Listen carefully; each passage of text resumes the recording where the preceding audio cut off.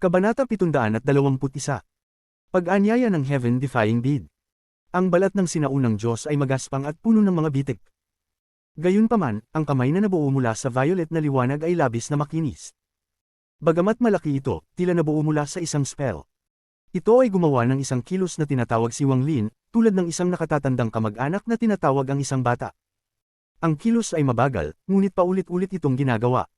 Walang nakakatakot na aura na nagmumula sa malaking braso, tila karaniwan lamang ito. Tinatawag lang nito si Wang Lin na parang nais siyang dalhin sa pamamagitan ng malaking pintuang iyon. Gayunpaman, si Wang Lin ay lubos na nag-iingat at ang lahat ng buhok sa kanyang katawan ay tumayo. Ang eksenang ito ay talagang kakaiba. Hindi niya naisip na mangyayari ang ganitong bagay nang makumplito ang hindi matitinag na perlas. Nanatili si Wang Lin na hindi kumikilos habang tinititigan ang kamay na tinatawag siya at isang malamlam na liwanag ang kumislap sa kanyang mga mata. Ang galaw ng braso ay nanatili, patuloy na tinatawag si Wang Lin ng tahimik. Ngunit habang tumatagal, ang pintuan sa likod nito ay unti-unting naging ilusyonaryong parang maaari itong maglaho anumang sandali. Parang hindi na siya magkakaroon ng pagkakataon na makapasok muli kung hindi siya magmamadali. Pinagdiinan ni Wang Lin ang kanyang mga ngipin at humakbang pasulong. Ang kanyang kanang kamay ay iniabot patungo sa tanging bagay na hindi pa bumagsak, ang buto ng Moongazer. Bagamat nawala na ng metal na elemento ang buto ng Moongazer, nanatili pa rin itong matigas tulad ng dati. Sa lahat, ito ay isang bagay na pag-aari ng Moongazer Serpent. Matapos hawakan ng dambuhalang buto ng Moongazer, si Wang Lin ay umumulat ang celestial spiritual energy ay damaloy sa kanyang katawan habang walang awa niyang itinapon ang buto ng Moongazer sa kalangitan. Ang dambuhalang buto ay umugang sa hangin habang tumama diretso sa pintuan. Bago pa tumama ang buto ng Moongazer sa pintuan, ang kamay na tinatawag si Wang Lin ay madaling nahawakan ng buto. Huminga si Wang Lin at ang kanyang mga mata ay punong-puno ng takot nang ang braso ay walang kabalisahan na pisilin ang buto. Isang makapangyarihang aura ang agad na lumitaw at ang buong buto ng Moongazer ay nagkolaps at naging alikabok. Ang pagpisil na ito ay nagdulot ng pagkalawag ng buong mundo. Agad na lumitaw ang mga bitik kahit sa planetang kinaroroonan ni Wang Lin. Malalakas na tunog ang nagmula sa asteroid field habang maraming asteroids ang nagbasag. Nagkaroon ito ng vacuum sa paligid, at kahit ang mga asteroids na nasa labas ng saklaw ng purple na liwanag ay apektado at patuloy na bumagsak. Parang naglalaman ng hindi maipaliwanag na lakas ang pagpisil na ito. Parang kayang wasakin ng pagpisil na iyon ang buong mundo. Dahan-daang binitiwan ng braso ang pagkakapisil at tinawag muli si Wang Lin. Ang anino ni Wang Lin ay nangisay at ang kanyang mukha ay naging mapat habang tinititigan ang braso. Wala siyang ideya kung gaano kalakas ang pagpisil na iyon, ngunit alam niyang hindi ito mahina kaysa sa Ancient God Finger ng Moongazer Serpent. Ang braso na ito ay nagbigay kay Wang Lin ng pakiramdam na walang anuman sa mundo ang makakaresistensya sa pagpisil na iyon. Hindi ang lakas ang ginamit sa pagpisil, kundi isang bagay na katulad ng batas na ipinakita ni Wang Lin gamit ang Heavenly Chop. Gayunpaman, kumpara sa Heavenly Chop, ito ay mas malakas. Pagkaraan ng mahabang panahon, ang dambuhalang braso ay unti-unting naglaho. Gayunpaman, pinanatili nitong tinatawag si Wang Lin hanggang sa huli. Ang dambuhalang pintuan sa likod nito ay naglaho kasama ng braso. Ang violet na liwanag na nakapalibot sa lugar ay muling nagcondense. Sa isang kisap mata, ang lahat ng violet na liwanag ay nagtipon at dahan-daang nawala, na bumalik sa hindi matitinag na perlas. Parang inilabas na ang lahat ng lakas nito, ang perlas ay nahulog mula sa hangin. Nag-hesitate si Wang Lin ng ilang saglit bago iniabot ang kanyang kanang kamay. Agad na lumipad ang perlas at damapo sa kanyang palad. Wala itong kakaibang itsura, parang isang karaniwang bato. Ngunit sa sandaling ito, wala nang bakas ng 5 elemental energies mula rito. Mas ubos na ito kaysa nang una itong matagpuan ni Wang Lin. Pumasok ang divine sense ni Wang Lin sa perlas. Ang mga kaluluwa ni Limuan, Wang Ping, at Qingyi ay naruroon pa rin. Kung ikukumpara sa dati, tila mas buhay pa ang mga kaluluwa nila, lalo na ang kaluluwa ni Limuan, na tila mas matatag na ngayon. Ano ba talaga ang lakas ng hindi matitinag na perlas? Saan papunta ang malaking pintuan na iyon? At ang braso sa labas ng pintuan? Isiping tanong ni Wang Lin. Hindi mahirap hulaan na hindi siya ang unang nakatagpo ng hindi matitinag na perlas dahil sa tagal ng pag-iral nito. Tiyak na may ibang tao na nakumpleto ang 5 elemento para sa perlas. Ngunit pagkatapos makita ang pintuan, malamang na pinili nilang pumasok, maging ito man ang una o isa sa mga sumunod na pagkakataon na lumitaw ang pintuan. Ang mga nakatatandang ito ba ay nawasak ng braso o pumasok talaga sila sa pintuan? Nagtataka si Wang Lin. Bago kumpleto ang hindi matitinag na perlas, labis na naguguluhan si Wang Lin tungkol dito.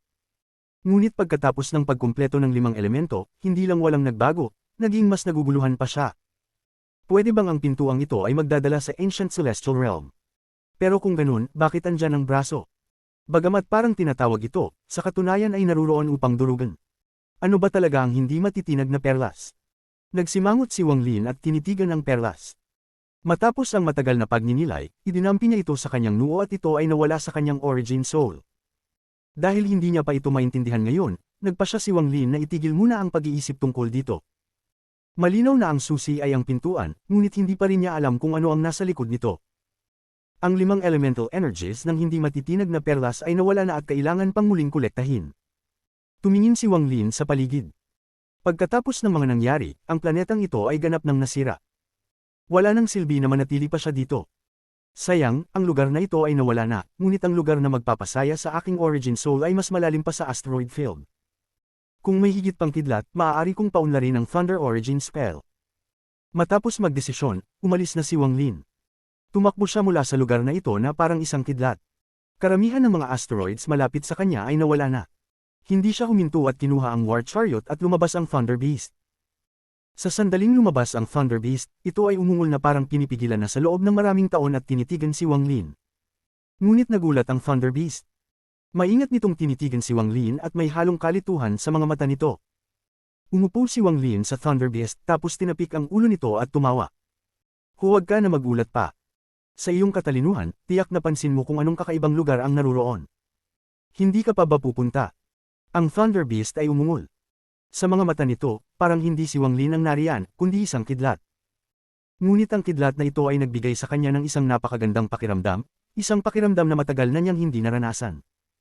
Ang tapik ni Wang Lin sa ulo nito ay nagdulot ng sobrang ginhawa sa kanya. Hindi niya napigil ang magungol. Mabilis ang Thunder Beast habang dumadaan ito sa asteroid field. Habang lumalalim sila, lalong damadami ang mga asteroids. May mga asteroid pa na kumikislap ng kidlat. Ang kapaligirang ito ay hindi naging sanhi ng anumang hindi komportableng pakiramdam ni Wang Lin o ng Thunder Beast. Labis na masaya ang Thunder Beast at patuloy itong umuungol ng masaya. Habang nakaupo sa Thunder Beast, patuloy pa rin si Wang Lin sa pag-iisip tungkol sa hindi matitinag na perlas. Sa kanyang puso, nararamdaman pa rin niyang may pagkabigo. Matapos ang halos 1,000 taon ng pagbuo ng 5 elemento, halos ikamatay niya ang paglalakbay sa Moongazer Serpent. Akala niya makakamtan niyang malaking kapangyarihan na magagamit niya. Ngunit ngayon, malaki ang agwat sa pagitan ng realidad at ng kanyang mga inaasahan. Ano ba talaga ang hindi matitinag na perlas? Hinaplos ni Wang Lin ang kanyang noo at nag-isip. Ang Thunder Beast ay sensitibo sa lakas ng kidlat. Patuloy itong lumalalim sa asteroid field. May mga tunog ng kidlat mula sa malayo na nakagambales sa mga iniisip ni Wang Lin at ang kanyang mga mata ay kumislap. Ang lugar sa harap ay kung saan nagmula ang pakiramdam ng ginhawa sa kanyang origin soul. Ang kidlat dito ay labis na siksik. Ito na ang lugar. Sumikip ang mga mata ni Wang Lin. Naglakbay ang Thunder Beast sa asteroid field at biglang tumigil. Ang malalaking mata nito ay nagpakita ng pagkabigla. Nang makita ni Wang Lin ang nasa harap niya, napamulagat siya at ang kanyang mga mata ay kumislap ng maliwanag. Walang planeta sa harap niya, isang malawak na lawan ng kulog ang naruroon. Ang lugar na ito ay puno ng kidlat at kulog. Parang isang tunay na impyerno ng kulog. Ang Thunder Planet na nakita niya kanina ay talagang maliit kung ikukumpara sa lugar na ito. Sa walang katapusang lawan ng kulog, ang mga kidlat ay gumagalaw na parang mga dragon, at ang mga dagandong ay naglalabas ng makapangyarihang aura. Ang Thunder Beast ay umungol at tumingin sa lawan ng kulog ng may pag-aalinlangan. Ang lakas ng kulog dito ay sobrang tindi. Kahit na isang Thunder Beast ito, halos hindi na nito kayang tiisin ang lakas ng kulog dito. Umuvo ang katawan ni Wang Lin at bumaba siya mula sa Thunder Beast. Naging maingat ang kanyang mga mata at siya'y nagtakda ng Celestial Guard upang magbantay sa paligid. Pagkatapos, dumaan siya sa gilid ng lawan ng kulog. Nagtigil siya saglit upang magmasid bago tumungtong ng isang hakbang. Nang humakbang siya, agad na pumasok sa kanyang katawan ang kulog mula sa kanyang mga paa at pinuno ang kanyang buong katawan. Maging ang katawan ni Wang Lin ay nakaramdam ng pangangalay. Malalim siyang huminga at kumuha ng isa pang hakbang. Kumuha siya ng 20 hakbang bago tumigil. Ang buong katawan niya ay napapalibutan ng kulog at ang kanyang origin soul ay naglalabas ng lakas ng kulog. Ang lugar na ito ay ang hangganan na kaya niya. Dahan-daang umupo si Wang Lin at ipinikit ang kanyang mga mata upang magdasal. Nag-aalala ang Thunder Beast sa gilid sa matagal na panahon bago ito naglakas loob at kumuha ng isang maingat na hakbang pasulong. Agad nitong naramdaman ng kulog at humiga. Nagsimula itong sumipsip at mag-refine ng kulog gamit ang isang pamamaraan na tanging ang Thunder Beasts lamang ang nakakaalam. Walang ibang tunog maliban sa tunog ng kulog. Nagsimula magdasal ang tao at hayop ng magkasama. Unti-unting nakasanayan ni Wang Lin ang lugar na ito, at ang kanyang puso ay nagulat. Ang kulog dito ay higit pa sa kayang tiisin ng kanyang katawan. Kung hindi dahil ang katawan niya ay gawa sa kulog, magiging mahirap para sa kanya na manatili pa sa gilid. Tunay ngang ito ang pinakamainam na lugar upang magdasal ng Thunder Origin Spell. Ang mga mata ni Wang Lin ay punong-puno ng kulog habang tahimik siyang nagdadasal ng Thunder Origin Spell. Sa sandaling ito, sa isang malayong kalawakan sa labas ng asteroid field, isang kidlat ang dumaan. Isa itong Thunder Beast, at bagamat wala itong pangil, may isang bukol na nagsisimulang magbuo sa kanyang ulo. Ang Thunder Beast ay nakasuot ng itim na armor, na nagpasikat sa kanya ng isang matinding itsura. Isang kalalakihang nasa gitnang edad ang nakasakay sa likod ng Thunder Beast. Ang kanyang buhok ay dumadaloy sa likuran at siya'y walang ekspresyon habang mabilis na bumabaybay patungo sa asteroid field. Malapit nang magbukas ang Thunder Celestial Realm. Kailangan kong sumipsip pa ng mas maraming origin energy mula sa Thunder Lake. Kabanata 722. Nakakagulat na pagbabago ng Heaven-defying Bead. Hinaplos ng lalaking may itim na buhok ang malaking ulo ng Thunder Beast, at ang kanyang mga mata ay nagbigay ng kakaibang liwanag habang siya ay bumubulong. Hindi ko alam kung anong mga yaman ang lilito sa Thunder Celestial Realm. Nababahala ako na ang mga sugo ng Thunder Celestial Temple ay maglalaban-laban ng matindi. Nagpakita siya ng malungkot na ekspresyon at ang Thunder Beast sa ilalim niya ay naging isang sinag ng kidlat at mabilis na lumipad papalayo. Usap-usapan na ang mahiwagang Heaven-defying Bead ay unang lumitaw sa kailaliman ng asteroid field sa Southern Domain. Dahil sa paglitaw ng bead, nagbago ang kidlat dito at nabuo ang Thunder Lake na ito. Ngayon, ito na ang pinakamagandang lugar upang mag-ensayo ng Thunder Spells. Nagliliwanag ang mga mata ng lalaki at mas mabilis siyang gumalaw. Si Wang Lin ay nasa loob ng Thunder Lake at paulit-ulit na binabaybay ang mga salita ng Thunder Origin Spell. Nang maintindihan ito, bumuo ng seal ang kanyang mga kamay at inilagay ang mga ito sa kanyang mga tuhod. Huminga siya ng malalim at pinaikit ang kanyang mga mata. Gumagamit ang Thunder Origin Spell ng isang mahiwagang pamamaraan upang kunin ang origin energy mula sa Heavenly Thunder at gawing sa iyo ito.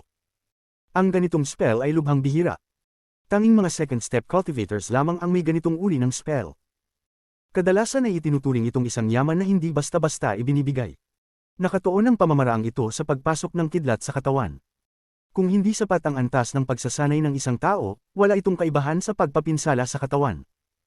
Kung magmamadali, maaaring masira ang kanilang origin soul, at sa matinding sitwasyon, agad silang mawasak. Ngunit hindi ito ang kaso para kay Wang Lin. Ang kanyang origin soul ay kidlat at ang kanyang bagong katawan ay gawa sa kidlat. Sa mga mata ng Thunder Beast, ang kabuuan ni Wang Lin ay isang kidlat. Makalipas ang ilang sandali, dahan-dahang itinaas ni Wang Lin ang kanyang mga kamay at bumuo ng seal. Sa isang pagyanig, maraming alon ang lumitaw sa hangin. Ang mga alon na ito ay nabuo ng kidlat at dahan-dahang kumalat.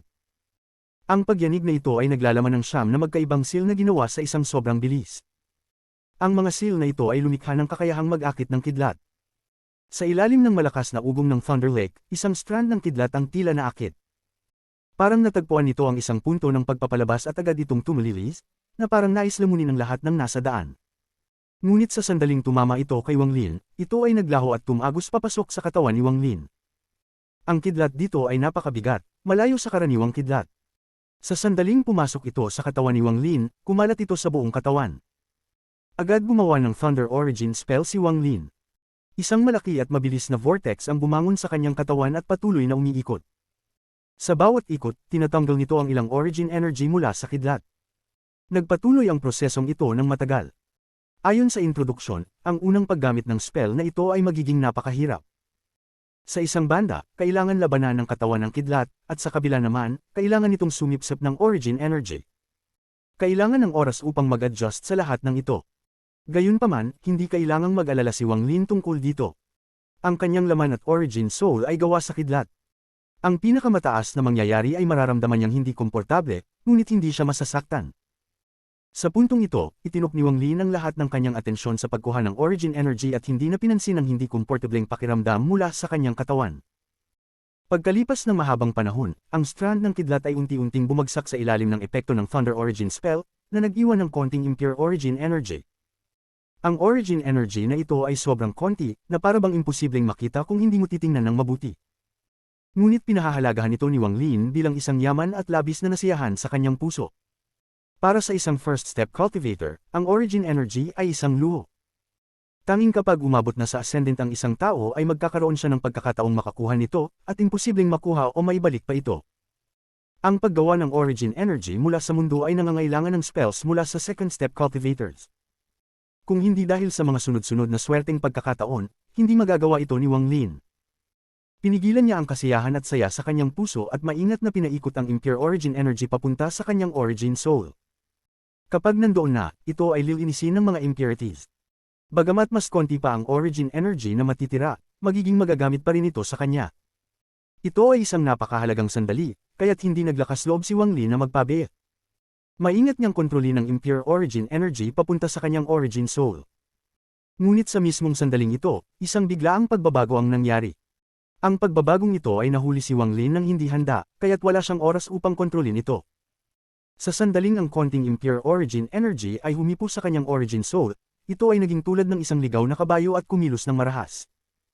Pumasok ito sa kanyang origin soul, ngunit imbis na magsanib dito, tumulak patungo sa lokasyon ng heaven-defying bead.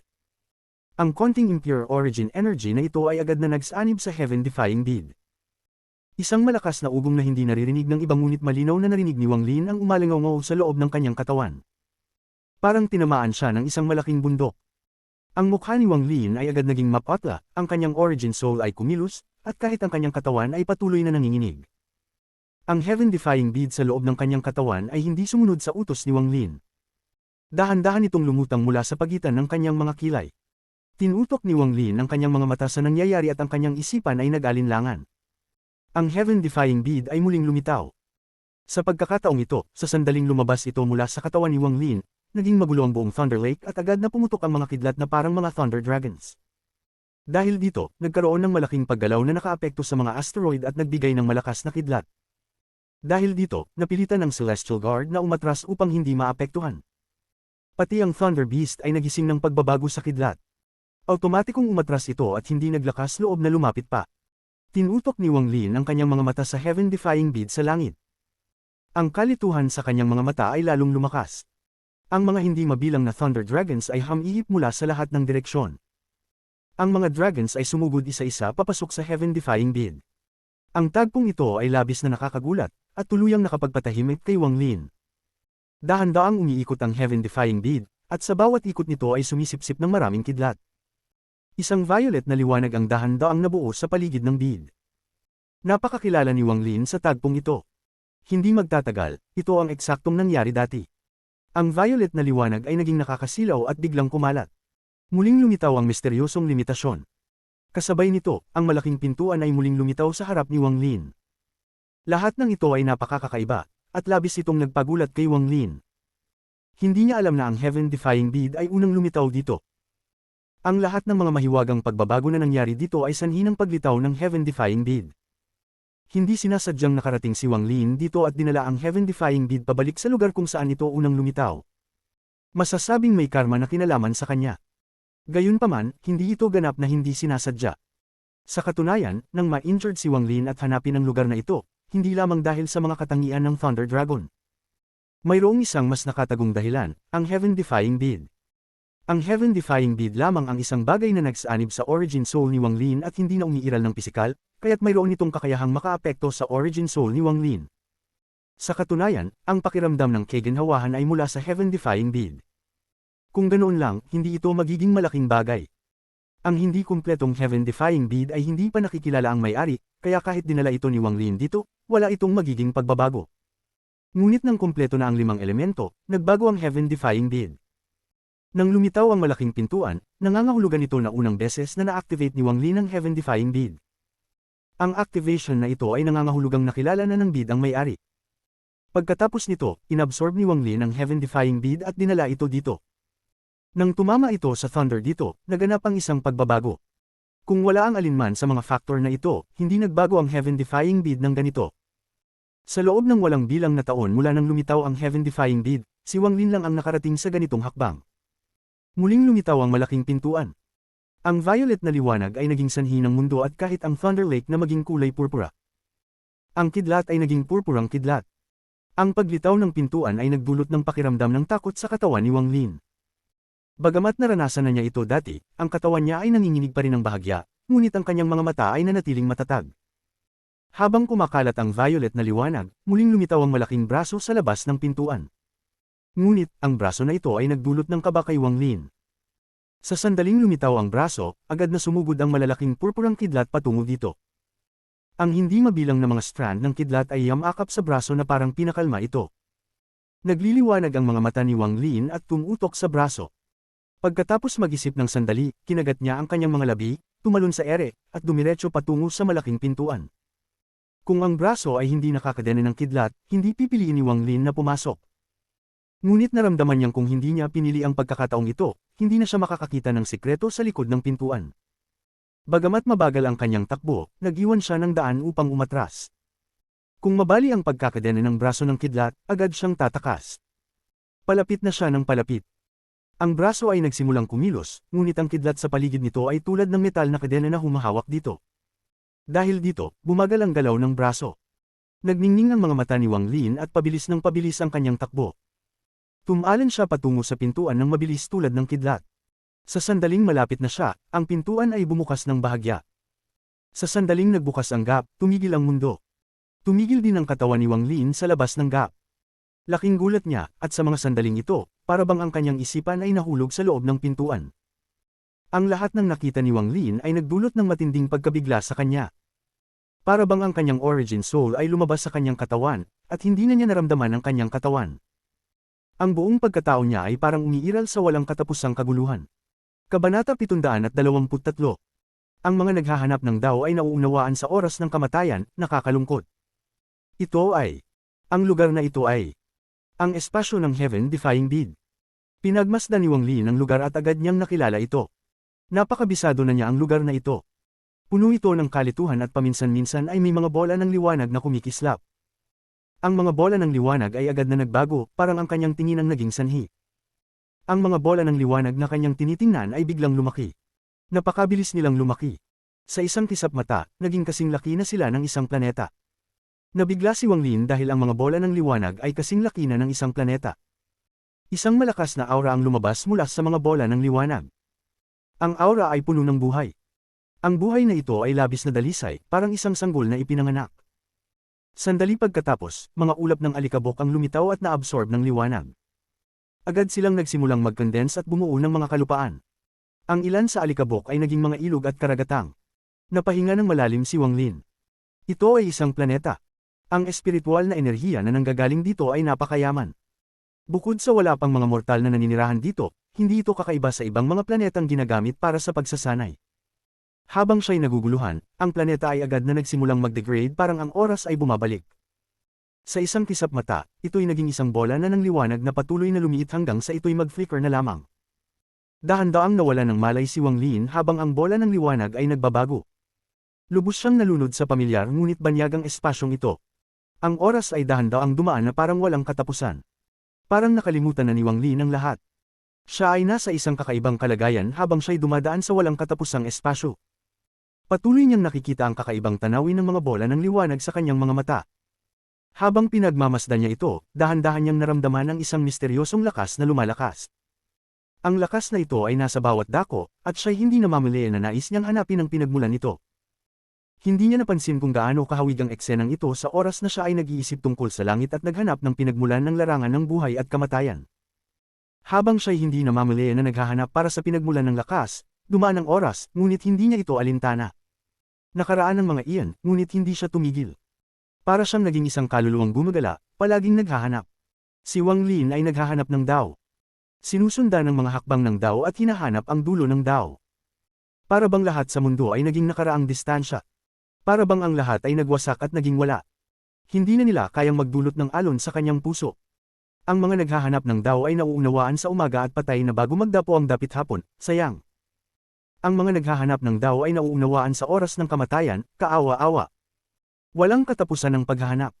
Nakita ni Wang Lin ang hindi mabilang na mga bola ng liwanag na naging isang planeta at pagkatapos ay nagbalik sa wala. Bawat beses na nangyari ito, gusto niyang sunggaban ang bakas ng Dao. Ngunit palaging nabigo siyang hawakan ito, ngunit dahan-dahan niyang naramdaman na siya ay lalapit na ng lalapit sa bakas ng Dao. Ang Dao ay naruroon lamang sandali bago muling maglaho. Parang nakatagpo si Wang Lin ng isang pahiwatig sa kanyang malabo at pagkalito. Ang misteryosong lakas na hinahanap niya ay tila isang bagay na higit pa sa pag-iral ng batas. Ang kamalayan na ito ay magaan, ngunit nag-iwan ito ng malalim na impresyon. Nandyan na ito mula sa simula pa lamang. Ang Dao ay parang nasa direksyon ng kanyang mga mata, ngunit sa sandaling ilipat niya ang kanyang tingin, ang Dao ay tila maglalaho. Ito ay isang malabo na pakiramdam, ngunit dahan-dahan itong damaloy sa katawan ni Wang Lin. Dahan-dahan niyang naramdaman na hinahabol niya ang mga yapak ng Dao at malapit ng hawakan ang pinagmulan ng misteryosong lakas. Habang ang prosesong ito ay walang konsepto ng oras, nakita ni Wang Lin ang isang planeta. Ang planetang ito ay hindi nabuo mula sa mga bola ng liwanag at natural na umiiral. Ang buhay mula sa planetang ito ay mahina, ngunit puno ng init at lamang. Sa tabi ng planetang ito ay may dalawang mas maliit na planeta. Malapit na malapit ang mga ito at bawat isa ay nagbibigay ng pakiramdam ng pagkakabit. Sa sandaling lumapit si Wang Lin, ang isa sa mas maliit na planeta ay nagbigay ng isang alon. Tila puno ito ng kasiyahan, na naglalabas ng isang malakas na damdamin. Sa sandaling nakita ni Wang Lin ang tatlong planeta, ang kanyang isipan ay nayanig habang siya ay nakadama ng isang bagay. Hindi niya namamali na nais niyang itaas ang kanyang kamay, ngunit hindi niya napansin na sa kasalukuyang kalagayan, wala na siyang katawan. Gayunpaman, lumitaw pa rin ang kanyang kamay. Para bang kailangan lamang niyang mag-isip at ito ay magmamaterialize. Ang kanyang kamay ay dahan-daang gumalaw at isang alon ang lumitaw sa walang hanggan. Sa ilalim ng alon na ito, ang tatlong planeta ay agad na naging tatlong sinag ng liwanag at pumasok sa kamay ni Wang Lin. Tumigil si Wang Lin sa paghahanap ng Dao. Sa kanyang malabo na kalagayan, tila siya na ang Dao ngayon. Nang huminto siya, dahan-dahan siyang nakakaramdam ng kapayapaan sa kanyang isipan. Pagkatapos ay ang buong katawan niya ay kusang naging isang bola ng liwanag. Habang lumilipas ang oras, ang bola ng liwanag na kanyang naging ay dahan-daang lumaki.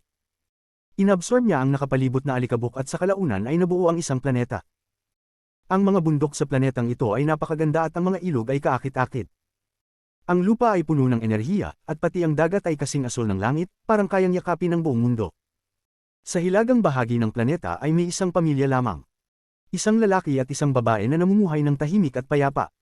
Para bang maaari nilang makuha ang lahat ng kanilang nais, pati na ang mga mortal sa paligid ng mga nayon. Sa araw na iyon, isang sinag ng liwanag ang dumaan sa katimugang bahagi ng planeta. Sa loob ng sinag ng liwanag ay isang babaeng nakasuot ng puti. Ang babae ay maganda at kasing lambot ng tubig. Ang kanyang itim na buhok ay dumadaloy sa hangin. Minsan, may ilang hibla na pumapasok sa kanyang harap at pinapaayos niya ang buhok sa likod ng kanyang tainga gamit ang mga kamay niyang kasing puti ng jade. Habang siya ay lumilipad, ang kanyang mga mata ay puno ng kalituhan. Tumingin siya sa lupa at kinakagat ang kanyang ibabang labi at bumubulong, bakit ganito ang pakiramdam ko sa mundong ito? Parang pamilyar. Nag-isip siya ng matagal bago magpadiyang ang kanyang ulo. Ang kanyang katawan ay gumalaw tulad ng isang sinag ng liwanag at nawala sa ibabaw ng horizon. Nais kong hanapin ang sagot. Ang hangin ay nagdala ng matibay na tinig ng babae. Ang oras ay dahan-daang dumaan na parang walang katapusan. Walang hanggang mga taon ang dumaan at lahat ay dahan-daang nagbago. Ang tanging hindi nagbago ay ang tatlong tao. Dalawa sa kanila ay patuloy na namumuhay ng tahimik at ang huli ay patuloy na naghahanap ng sagot. Hanggang sa dulo, dumating din ang Dao. Nawala ang mundo at ang planeta ay hindi na umiiral. Ang tatlong tao ay naging tatlong bola ng liwanag at pagkatapos ay nahulog sa isang napakalaking kamay na unti-unting lumipad palayo. Nang mawala ang kamay, lumitaw ang kamalayan ni Wang Lin. Ito pala ang Dao. Ang tinig ni Wang Lin ay umalingongo sa walang hanggan. Lahat ng kanyang hinahanap ay nagwakas sa kanyang sarili. Kabanata 724. Nakikita ang ikatlong hakbang. Siya mismo ang Dao. Ang langit at lupa ay binubuo ng walang katapusang Dao, siya ang Dao. Sa harap niya ay walang katapusang mga bola ng liwanag na nagbabago mula buhay patungong kamatayan at mula kamatayan patungong buhay. Ito ang kanyang buhay at kamatayan na Dao. Sa siklo ng karma, kung mayroong epekto ng karma, mayroong sanhi ng karma, tulad ng paghahanap ng sagot ni Limuan at ang ordinaryong buhay ni Wang Ping. Ito ang kanyang karma Dao. Sa isang iglap, naramdaman ni Wang Lin na parang may naintindihan siya, ngunit sabay na parang wala siyang naintindihan. Ang uri ng kalituhan na ito ay parang isang alon na gumugulong sa kanyang isipan. Ang alon ay lalong lumakas hanggang sa magdulot ito ng pagyanig sa kanyang isipan. Nagising siya.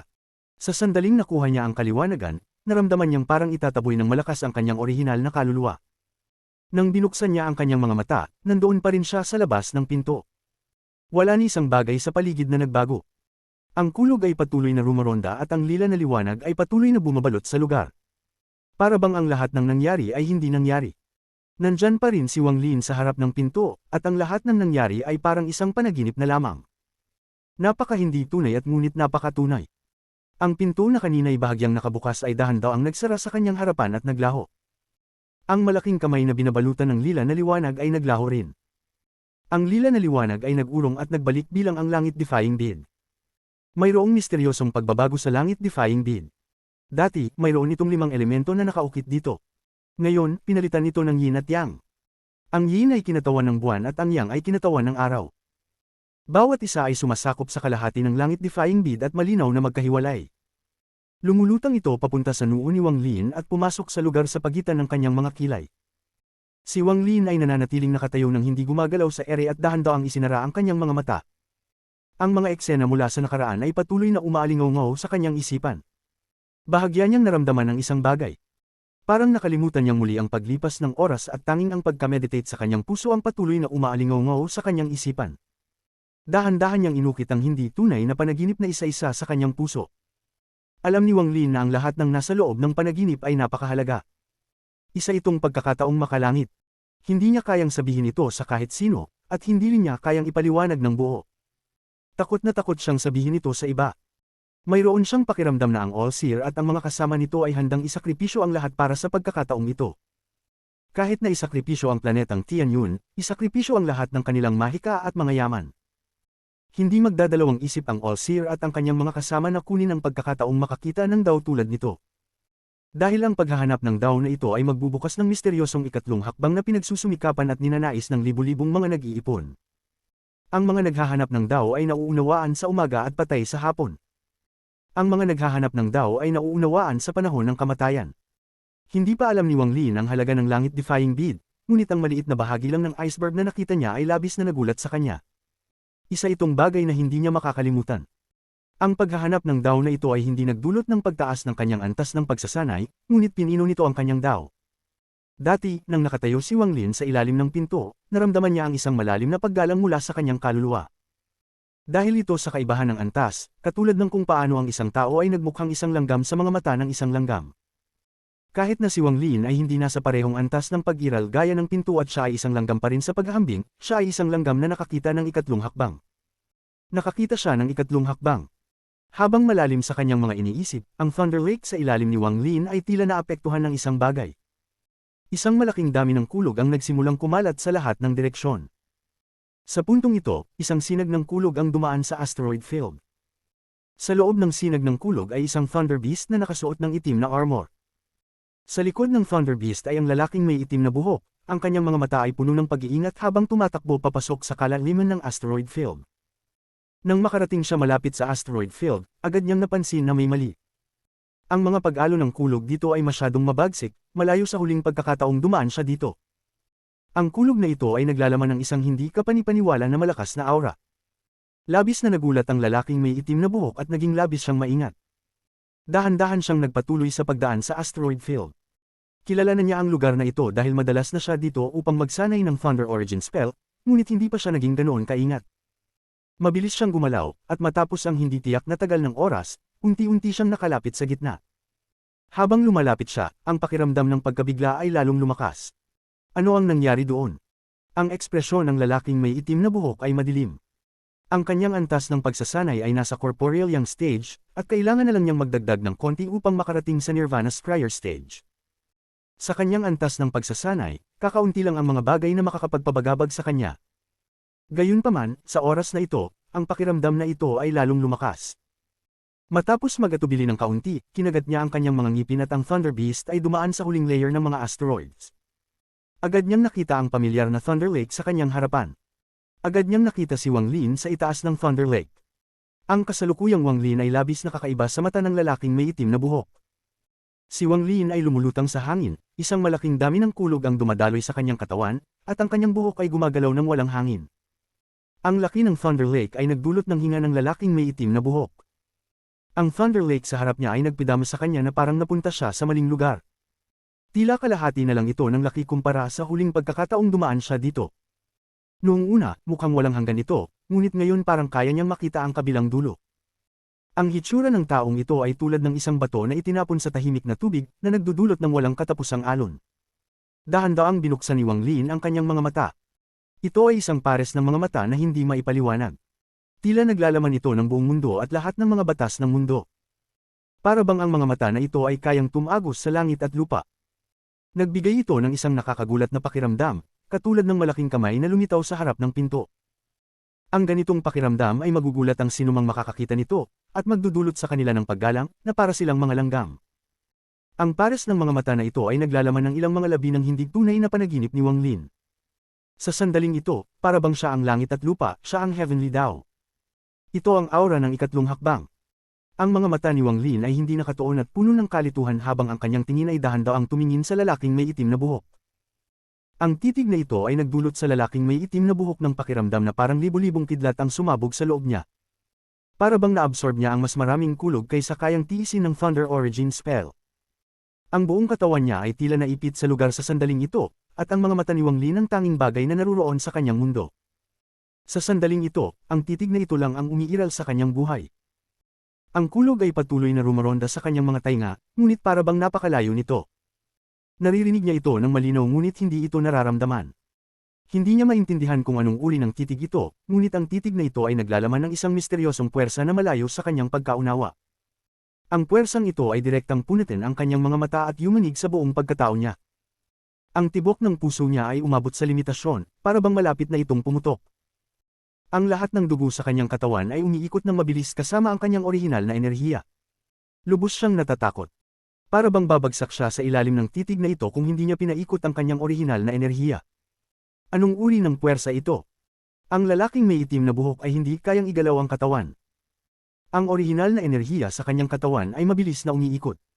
Kahit na ang orihinal na enerhiya ay naglaho o nawala, wala na siyang pakialam doon. Ang kanyang bibig ay tuyo at ang kanyang katawan ay basa na ng pawis. Ngunit hindi niya kayang ilayo ang kanyang mga mata mula sa titig na ito. Sa kanyang pagsasanay, ito ang unang pagkakataon na nakaramdam siya ng isang nakakatakot na bagay. Hindi siya natakot ng ganito kahit noong nakatagpo siya ng tagapangulo ng Thunder Celestial Temple. Tahimik na tinitigan ni Wang Lin ang lalaking may itim na buhok. May bakas ng kanyang paghahanap ng daw sa kanyang mga mata. Isa lang ang nakita niyang tao, ngunit sa ngayon hindi mahalaga kung sila ay mga nag-iipon o mga mortal. Sa bakas ng pagkaunawa sa mga mata ni Wang Lin, ang ibang tao ay nagmukhang langgam lang sa kanya. Habang nasa panaginip ng paghahanap ng Dao, ang kanyang titig ang Dao na nagdulot sa mga bola ng liwanag na dumaan sa isang buong siklo ng buhay.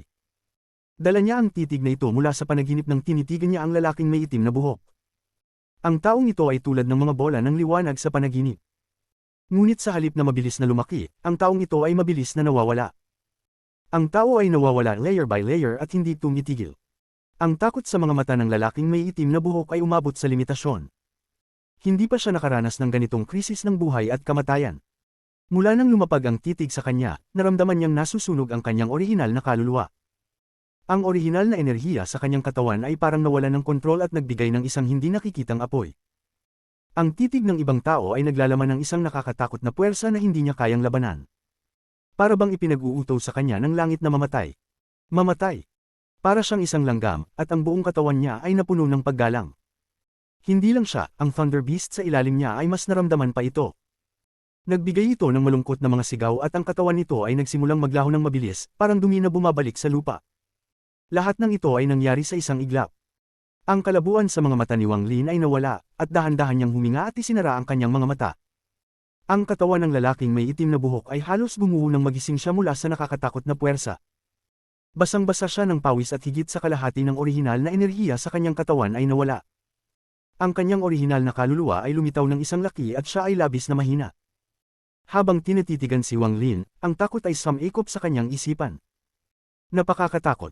Anong uri ng titig yun? Anong antas ng pagsasanay siya?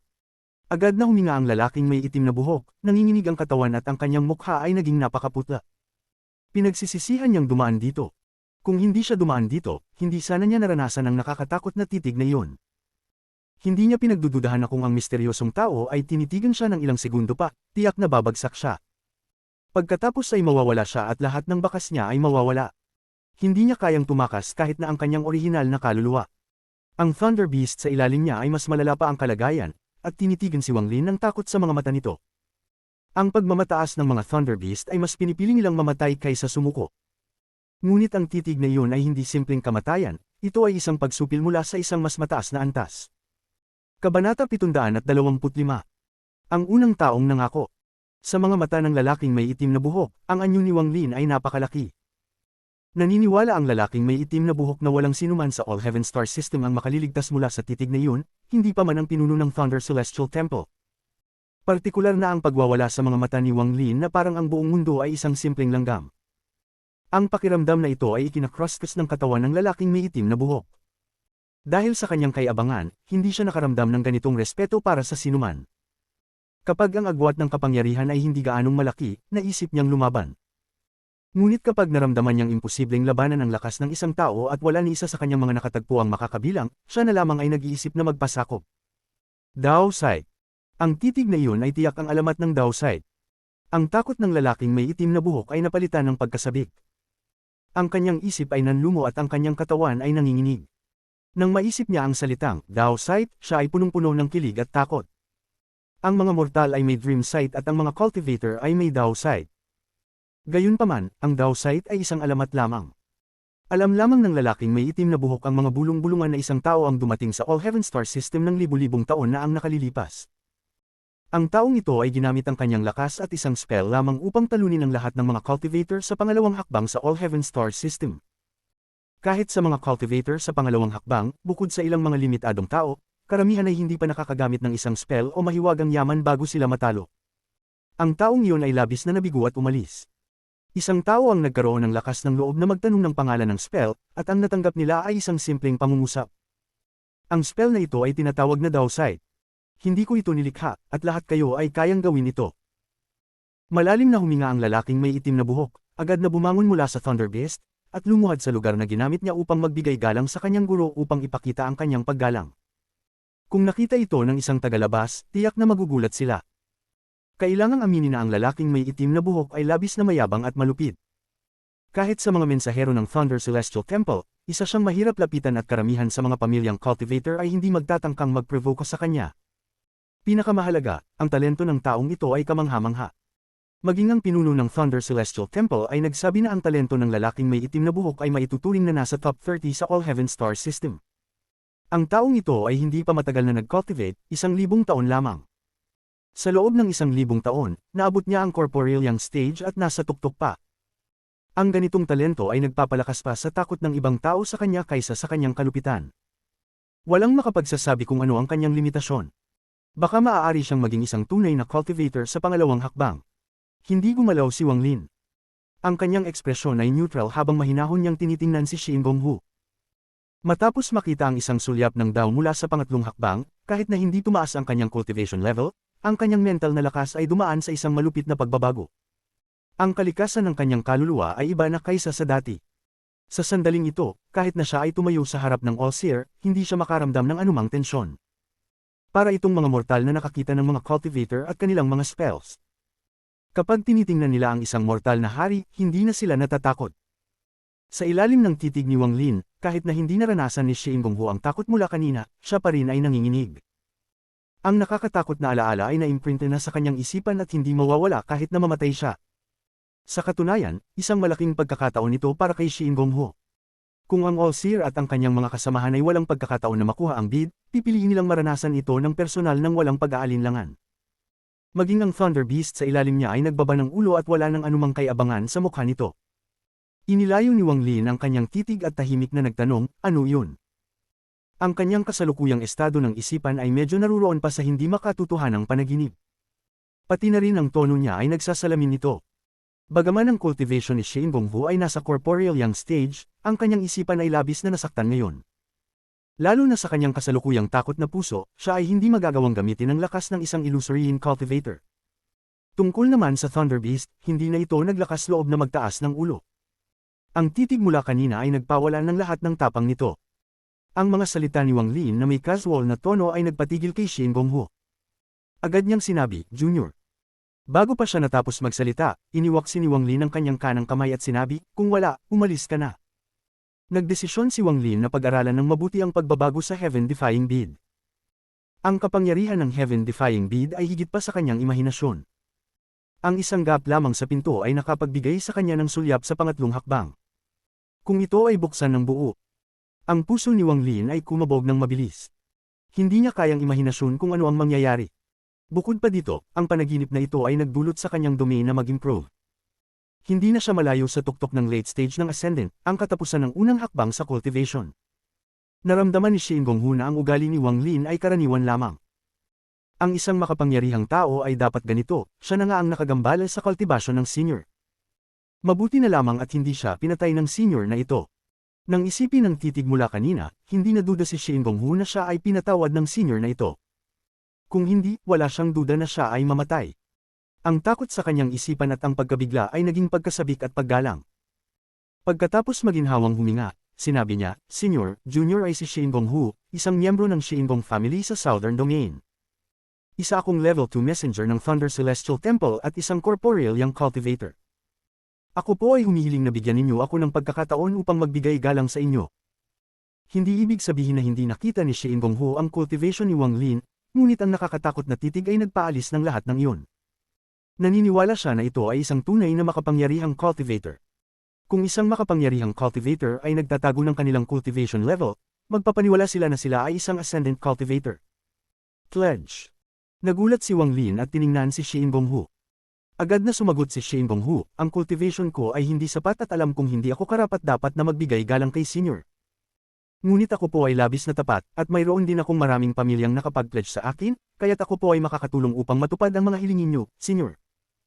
Alam ko po na ang mga bagay na ito ay walang halaga sa inyo, ngunit sana po ay bigyan ninyo ako ng pagkakataon na mag-pledge sa inyo sa pamamagitan ng aking tapat na layunin. Nagkunot ang noo ni Wang Lin. Matapos mag-isip ng matagal, siya ay kumunat ng noo. Hindi niya magagamit muli ang spell na iyon, at mula sa isang titig lang, alam niyang ang taong ito ay may labis na kayabangan. Kung mapansin ito, magdudulot ito ng hindi kinakailangang problema.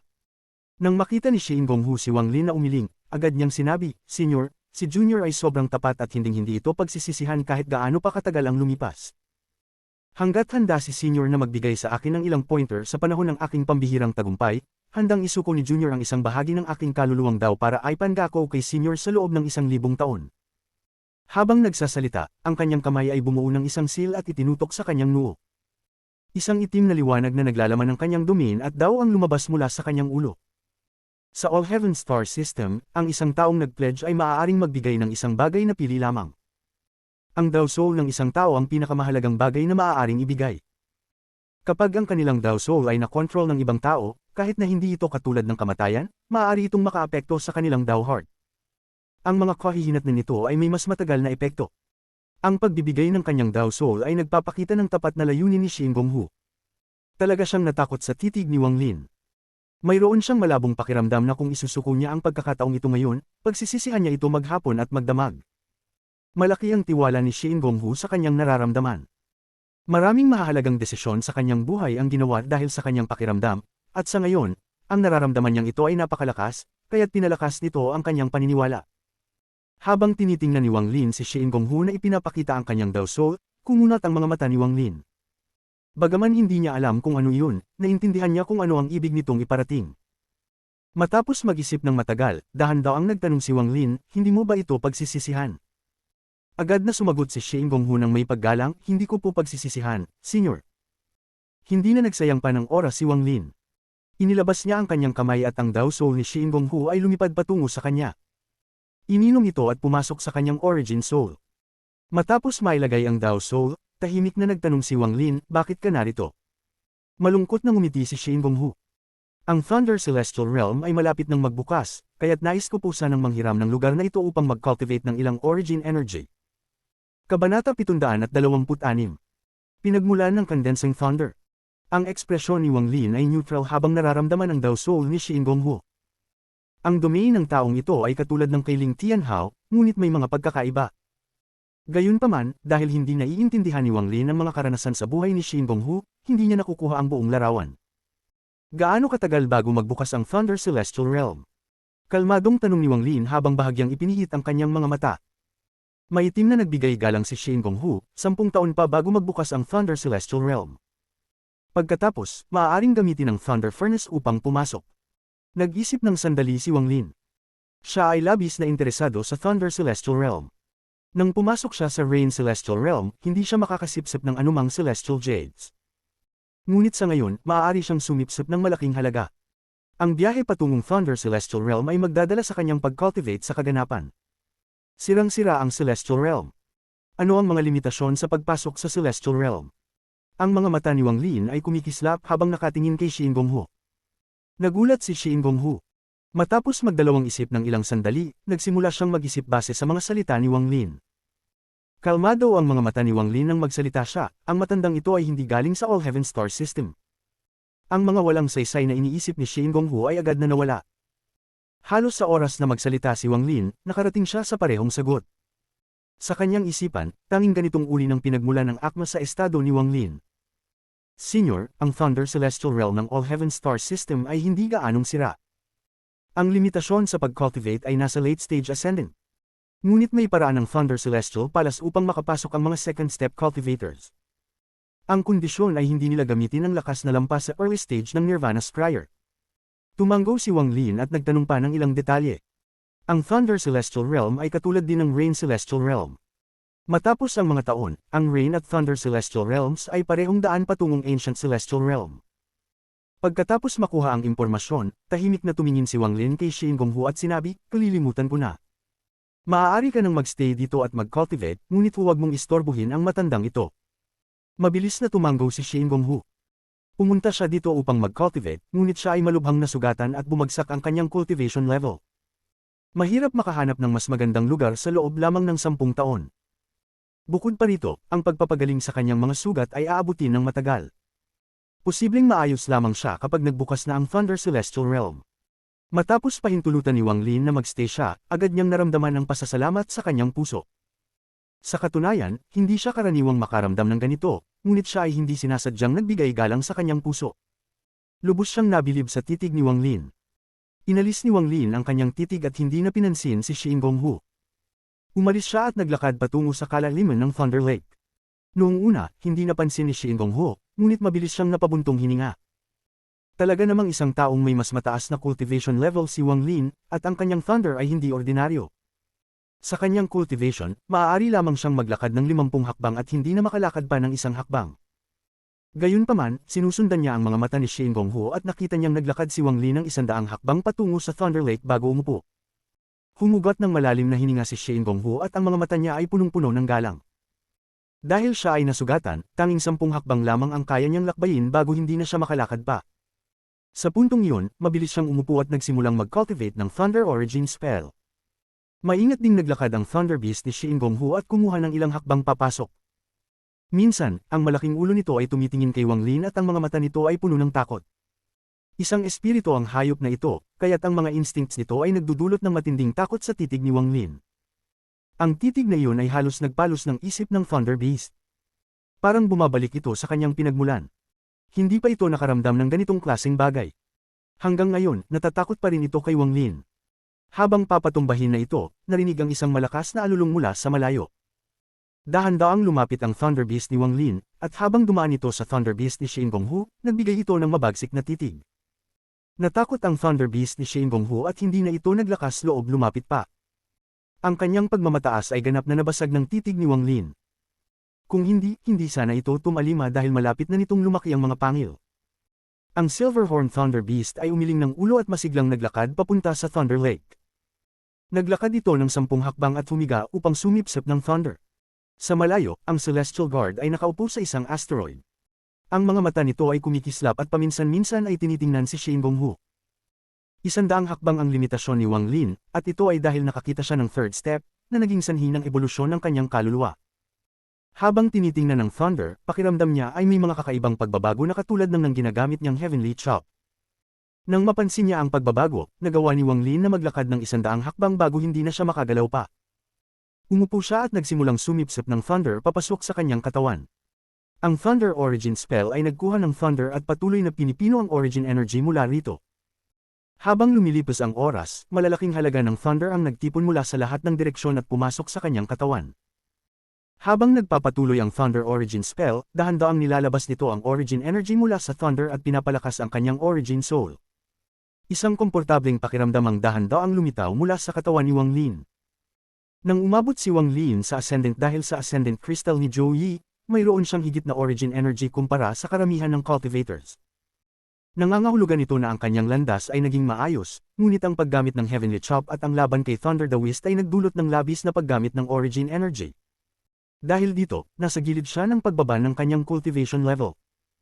Ang origin energy ay mahirap ma-recover para sa first step cultivators. Kung wala siyang Thunder Origin Soul, pagsisisihan niya ito habang buhay. Habang pumapasok ang origin energy kay Wang Lin at pinapalakas ang kanyang origin soul, unti-unting bumangon ang kanyang origin soul. Mabagal ang prosesong ito. Gumawa ng seal si Wang Lin at nagsimulang mag-shake. Agad na kumalat ang isang malaking ripple ng thunder at 10 beses ang dami ng thunder ay tumama kay Wang Lin. Pati siya ay hindi nakatulong kundi maramdaman ang pamamanhid. Humugot si Wang Lin ng malalim na hininga at agad na nagsimulang mag-refine. Ang ginawa ni Wang Lin ay nagdulot ng sunod-sunod na pagsabog na naggising kay Xin Gonghu. Humugot siya ng malalim na hininga at binuksan ang mga mata. Ngunit nang makita niya si Wang Lin, biglang lumiit ang kanyang mga mata. Karapat-dapat nga siyang tawaging senior. Naglakas loob siyang tanggapin ang napakaraming thunder sa katawan niya sa 100 hakbang. Kung ako ay nasa ganoong posisyon, hindi kayang tiisin ng aking katawan, pati na ang aking origin soul ay masisira. Ang mga mata ni Xin Gonghu ay kumislap at puno ng excitement. Tila kailangan ko pang magtrabaho ng mas mahirap. Ang mga mata ni Xin Gonghu ay kumislap at agad na nagsimulang tanggapin ang mas maraming thunder sa katawan niya. Ang kanyang katawan ay nanginig at agad na nagsimulang mag-absorb. Ginamit ni Wang Lin ang Thunder Origin Spell at 10 beses na mas maraming thunder ang pumasok sa kanyang katawan. Sa ilalim ng mas mataas na dami ng thunder, ang origin energy sa loob ng kanyang origin soul ay nagsimulang mag-recover ng mas mabilis. Gayunpaman, malayo pa rin itong makumplito. Pagkatapos ng lahat, tanging isang maliit na bahagi ng orihinal na enerhiya ang maaaring kunin mula sa bawat hibla ng kidlat, at pagkatapos may proseso, mas kaunti pa ang natira para sa konsumpsyon. Mabilis na lumipas ang oras, at sa isang kisap mata, 2 taon na ang lumipas. Sa loob ng 2 taon, nanatiling halos hindi gumagalaw si Wang Lin, ngunit imbes na 10 beses na normal na kidlat, siya ay sumisipsip ng 20 beses na higit pa kaysa sa normal na kidlat. Parang isang piraso ng metal na inihagi sa lawa ng kidlat at ang mga kidlat ay nilalapitan niya ng parang baliw. Si Xin Gonghu naman, mas naging masipag pa siya sa mga 2 taon na iyon, at unti-unting gumaling ang kanyang mga sugat. Sa loob ng 2 taon, pinagmamasdan ni Wang Lin si Xin Gonghu. Ang taong ito ay nag-aaral din ng Thunder Origin Spell. Gayunpaman, si Wang Lin ay nakakakita lamang ng isang bakas mula sa bawat hibla ng kidlat, habang si Xin Gonghu ay nakakakuha ng 10 beses na mas marami. Habang pinagmamasdan niya ito at unti-unting natutuklasan ng ilang mga palatandaan, ito ay may kaugnayan sa kung gaano karaming orihinal na enerhiya ang mayroon ng isang tao. Mas marami ang orihinal na enerhiya ng isang tao, mas marami siyang makukuhang orihinal na enerhiya. Ito ang katangiang nagdudulot ng malaking agwat sa pagitan ng bawat antas sa ikalawang hakbang. Sa loob ng 2 taon, inukit ni Wang Lin ang lahat ng nakita niyang kaugnay ng ikatlong hakbang sa kanyang puso at madalas itong pinagnilayan, kaya nagkaroon siya ng ilang mga natutunan. Sa araw na iyon, tumayo siya at naglakad patungo sa gitna ng lawa ng kidlat. Ang mga tunog ng pagputok ay naririnig pagkatapos ng bawat hakbang. Ang pagbabago ay nakakuha ng pansin ni Xin Gonghu. Binuksan niya ang kanyang mga mata at tinitigan si Wang Lin. Hindi lamang na hindi hamupa ang kasiyahan sa kanyang mga mata, may mga sinag pa ng inaasahan. Hindi pinansin ni Wang Lin si Xin Gonghu at tinitigan ang gitna ng lawa ng kidlat. Ang lawa ng kidlat na ito ay sobrang laki. Bagamat lumiit ito ng kalahati dahil sa mahiwagang perlas, nakamamangha pa rin ito. Sa sandaling iyon, si Wang Lin ay nasa gilid pa lamang at masyadong malayo sa gitna. Ang kidlat sa lawa ng kidlat ay naturally mas malakas sa malapit sa gitna, na siyang lugar na may pinakamataas na konsentrasyon ng orihinal na enerhiya. Maaari pang sabihin ang orihinal na enerhiya sa loob ng 100 hibla ng kidlat sa gilid ay hindi maihahambing sa orihinal na enerhiya sa loob ng 1 hibla ng kidlat sa gitna. Pagkatapos mag-isip ng sandali, iniangat ni Wang Lin ang kanyang mga paa at naglakad pasulong. Tahimik ang kanyang puso at may kasamang kaunting pag-iingat. Ngunit hindi kalayuan, si Xin Gonghu ay sobrang excited habang tinatitigan si Wang Lin at naiisip, sa wakas ay makikita ko ang isang spell mula sa senior. Isang pagkakataon ito na hindi na mauulit. Kailangan ko itong pagmasdan ng mabuti at baka makakuha ako ng ilang kaliwanagan. Sobrang saya niya, hindi kumukupas kumpara sa tuwa nang siya ay makalagpas sa unang hakbang at pumasok sa illusory stage. Sa katunayan, ang kanyang kasiyahan ay mas matindi pa kaysa noong panahong iyon. Bukod sa pagiging angkop ng lugar na ito para sa pagpapagaling ng kanyang mga sugat, isa pang dahilan kung bakit gusto niyang mag-aral dito ay para sundan si Wang Lin. Umaasa siyang makakakuha ng mga gabay mula kay Wang Lin, o kahit makakita ng mga spell mula sa malayo. Matapos maghintay ng 2 taon, sa wakas ay nakuha niya ang pagkakataon. Nang walang pag-aalinlangan, ipinakalat ni Shin Gongho ang kidlat sa paligid ng kanyang katawan. Pinagmamasdan niya ang bawat galaw ni Wang Lin, handang tandaan ang lahat ng kanyang makikita. Pati ang Armored Thunder Beast ay iniangat ang ulo at tinitigan si Wang Lin sa malayo. Ang mga mata nito ay puno ng paggalang, at may mga sinag ng inaasahan. Tanging ang Silverhorn Thunder Beast ni Wang Lin ang umikot ng mga mata at hindi man lang tumingin. Inaantok itong nakahiga doon at hinigop ang kulog. Kabanata 727. Batas ng Kidlat. Sa pamamagitan lamang ng pagpunta ng mas malalim upang sumipsip ng kidlat, mapapabilis ko ang lahat. Kung mananatili ako sa gilid, kahit na sumisipsip ako ng 10 beses na kidlat at mukhang pareho ang epekto, sa katotohanan ay may malaking pagkakaiba. Tahimik na nag-isip si Wang Lin habang papalapit sa gitna ng lawa ng kidlat. Nagkaroon ng alon ng ang kanyang paa ay damapo sa lawa ng kidlat. Nakatawag ito ng hindi mabilang na mga kidlat. Ang isipan ni Wang Lin ay nakatuon at ang kanyang mga mata ay kumikislap ng kidlat. Ang kanyang orihinal na kaluluwa ay parang puso niya ngayon. Bagamat hindi ito pumipintig, nagpapalabas ito ng kidlat na pumupuno sa kanyang katawan. Ang kanyang katawan ay gawa ng kidlat, kaya't ang kidlat ay pumupuno sa kanyang katawan ng walang anumang hadlang habang ang orihinal na kaluluwa niya ay naglalabas pa ng higit pa. Ang kidlat ay dumadaloy sa kanyang katawan at lumilikha ng sunod-sunod na mga pagsabog. Ang kidlat na ito ay umaeko sa loob ng kanyang katawan. Nagpatuloy si Wang Lin at kumuha ng isa pang hakbang. Isang bagyong kidlat ang agad na lumitaw sa loob ng lawa ng kidlat, na kumakalap ng malalaking dami ng kidlat. Ang mga kidlat ay bumagsak at nagmukhang isang tunay na kulungan ng kidlat na pumipigil sa lahat ng buhay na magpatuloy. Mayroong isang malakas na lakas ng kidlat sa loob ng kidlat na ito. Kung ikukumpara dito, ang lakas ng kidlat sa loob ng orihinal na kaluluwa ni Wang Lin ay parang paghahambing ng isang alitaptap sa maliwanag na buwan. Ang lugar na ito ay kakaiba. Ang lakas ng kidlat dito ay sobrang kamangha-mangha. Nang dama po ang mga paa ni Wang Lin, nagdulot ito ng malalakas na pagsabog na umabot sa buong lawa ng kidlat. Hindi siya huminto at patuloy na umusad ng 10 hakbang. Bawat hakbang na kanyang ginawa ay nagdulot ng malalakas na pagsabog na mas matindi pa kaysa sa kidlat. Parang ang buong mundo ay nanginginig. Lalo na, ang bilis ni Wang Lin ay napakabilis, kaya't natapos niya ang 10 hakbang na halos sabay-sabay. Ang tunog ng rumbling ng kidlat ay umaabot sa kalawakan. Ang pagkabigla na ito ay nagdulot ng isang malakas na kidlat shockwave. Sa sandaling iyon, parang ang buong mundo ay napuno ng kidlat, at isang nakamamanghang tanawin ito. Hindi na makakagalaw si Wang Lin. Ang kasalukuyan niyang kinalalagyan ay nasa gilid pa ng lawa ng kidlat, ngunit hindi na kayang tiisin ang kanyang orihinal na kaluluwa. Parang kung kumuha pa siya ng isa pang hakbang, masusugatan ang kanyang orihinal na kaluluwa. Ang orihinal kong kaluluwa ay nilamon ng kalahating sinaunang Thunder Dragon at ang katawan ko ay gawa ng kidlat.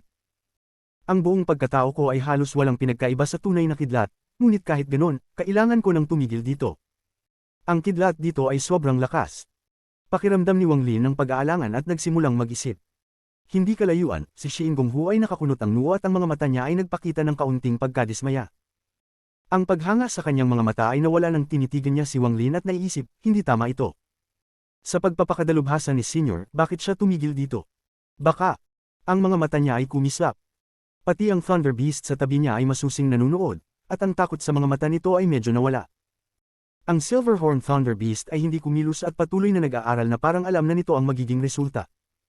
Habang tumatagal si Wang Lin, mas lalong lumakas ang pagkadismaya ni Shin Gonghu at siya ay napabuntong hininga.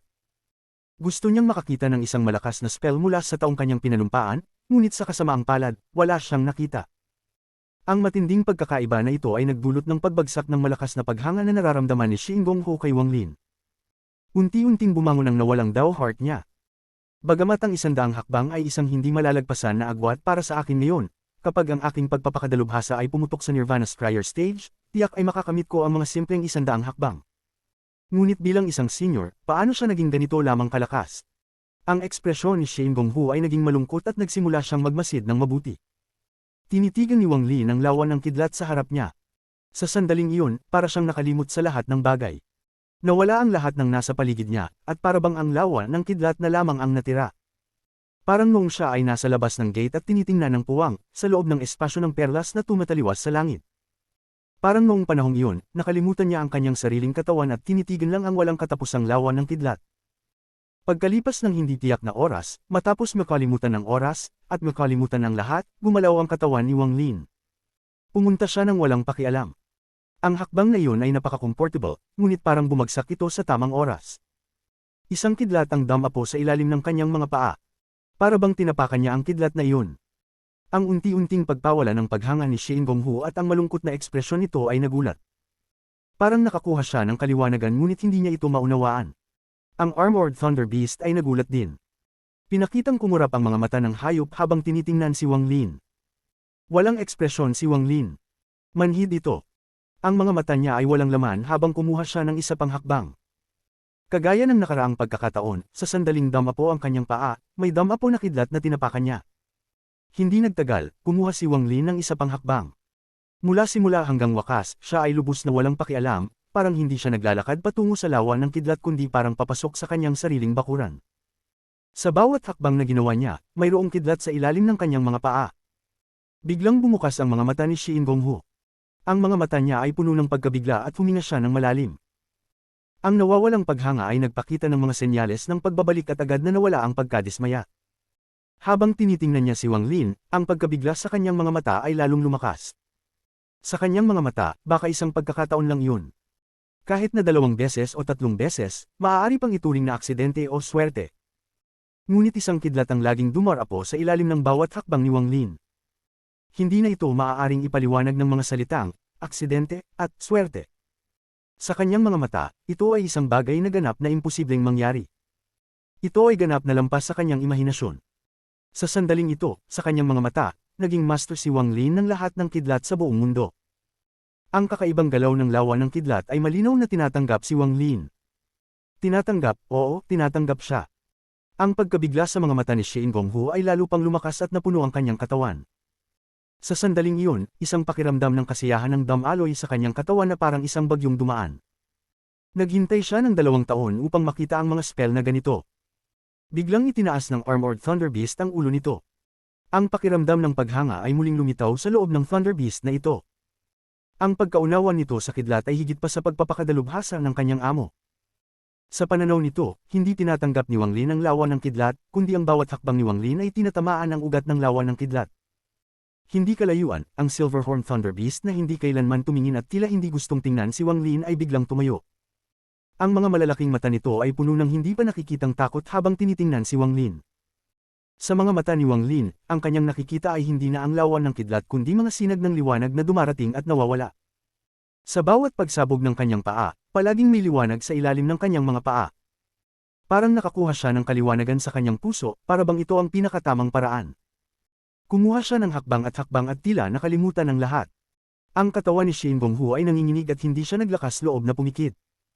Ayaw niyang mamiss ang bawat sandali ng nangyayari. Hindi niya kayang paniwalaan ang lahat ng nangyayari sa kanyang harapan. Ang bilis ng paggalaw ni Wang Lin ay mas mabilis hanggang mag-iwan na lang ito ng after image, ngunit ang kidlat ay palaging dumadapo sa ilalim ng kanyang mga paa sa bawat hakbang. Sa huli, nagbigay ng maliwanag na kidlat ang katawan ni Wang Lin at pagkatapos ay isang malakas na bagyo ng kidlat ang pumutok sa paligid niya. Para siyang isang nag-iisang bangka na kalmado at matatag na dumadaan sa naglalagablab na mga alon ng kidlat. Sobrang nakakatakot. Ito ay tunay na isang thunder spell. Ito ay tunay na kidlat. Ang paghanga sa mga mata ni Shin Gong-hu ay tumaas muli at ang puso niya ay nagsimulang magpintig na parang gustong tumalon mula sa kanyang dibdib. Ang paghanga niya ay ilang ulit pang tumaas kumpara noong 2 taon. Ang kanyang paghanga kay Wang Lin ay umabot sa isang bagong taas na maituturing na bulag na paniniwala. Ang Thunder Beast sa tabi niya ay nanginginig ng malakas, at ang paghanga na naramdaman nito ay naging mas intense. Ang pakiramdam nito tungkol sa kidlat ay mas malalim kaysa kay Shin Gong-hu. Inisip nitong si Wang Lin ang pinagmulan ng kidlat, at ang paghanga mula sa kailaliman ng kanyang kaluluwa ay nagdulot ng lubos na pagsuko. Sa sandaling ito, kung inutusan siya ni Wang Lin na atakihin si Shin Gong-hu, walang alinlangan na susunod siya. Ang Silverhorn Thunder Beast ni Wang Lin ay mas labis na nagulat. Pakiramdam nito ay hindi kapanipaniwala habang tinitingnan si Wang Lin. Ang katawan nito ay nanginginig mula sa mga alaala sa kanyang pamana. Sa sandaling ito, tumigil si Wang Lin at ang kakaibang tanawin sa harap niya ay nawala. Ang estado na ito ay dumating ng walang bakas at nawala ng walang bakas. Sa sandaling tumigil ang kanyang katawan, nagising si Wang Lin. Ang mga mata niya ay puno ng kalituhan, at tumagal pa ng ilang sandali bago siya unti-unting nakabawi. Dahil dito, naging mas malalim ang pagkaunawa niya sa kidlat. Alam niyang ang lahat ng nakita niya ay may kaugnayan sa kanyang pangunawa sa ikatlong hakbang. Bagamat hindi nito nadagdagan ang kanyang lakas sa pag-atake, ito ay mas mahalaga kaysa sa anumang celestial spell o yaman. Parang isang langgam na nakakita ng mundo ng tao at nakita ang magagandang syudad. Pagkatapos makita ang mga kamanghamanghang tanawin at bumalik sa kanyang yungib, mapapansin ng langgam ang mga pagkakapareho ng dalawang mundo. Si Wang Lin ay kasalukuyang nakakaranas ng ganitong pakiramdam. Nang magising siya, natagpuan niya ang sarili sa loob ng Thunder Lake. Bagamat malayo pa ito sa gitna, hindi na matutukoy ang distansya sa hakbang. Mas siksik ang kulog dito kaysa sa gilid. Lahat ng kulog dito ay naglalaman ng malalaking halaga ng pinagmulan ng enerhiya. Uminom si Wang Lin at sinipsip ang isang hibla. Pumasok ang hibla ng kulog sa kanyang katawan at agad itong nagdulot sa kanya ng panginginig, na parang may malakas na puwersang dumaan at nag-shock sa kanya. Ang buong katawan niya ay nang alay at pati ang kanyang pinagmulan ng kaluluwa ay nagsimulang bumagal, parang nasa ilalim siya ng tubig. Hinayla ni Shi Ingonghu ang kanyang tingin. Ang kanyang paggalang kay Wang Lin ay umabot sa rurok. Nakaranas siya ng ilang kaliwanagan dati, kaya't siya'y labis na natuwa. Ngunit bago pa man siya makaupo at mag-ensayo gamit ang kaliwanagan na iyon, bigla siyang kumurap. Ang kanyang mga mata ay naging malamig at tumingin siya sa malayong asteroid field. Hindi nagtagal, isang sinag ng lilang liwanag ang lumipad papunta sa kanya. Mayroong isang kahoy na espada sa loob ng liwanag, at may isang tao na nakatayo sa kahoy na espada. Siguradong buhay na buhay ang lugar na ito, ang isang tinig na may pangungutya ay dahan-daang dumating. Kabanata 728. Pagdududa. Ito ay isang lilang kahoy na espada na naglalabas ng malamig at mabagsik na aura. Ang espada ay nagbigay din ng lilang liwanag at nag-iwan ng bakas ng kulay lila sa hangin. Tumigil ang lilang liwanag sa labas ng Thunder Lake. Sa espada ay nakatayo ang isang lalaking nasa mga 30 anyos. Ang mukha nito ay mapatla at walang balbas, at medyo guwapo. Ngunit ang kanyang mga mata, na parang mga mata ng phoenix, ay naglalaman ng kakaibang, pambabaing pakiramdam. Nakasuot siya ng isang gintong lilang robo na parang umaagos na may kasamang hindi nakikitang hangin. Ang kanyang tingin ay dumaan kay Shi Ingonghu at tumingin kay Wang Lin.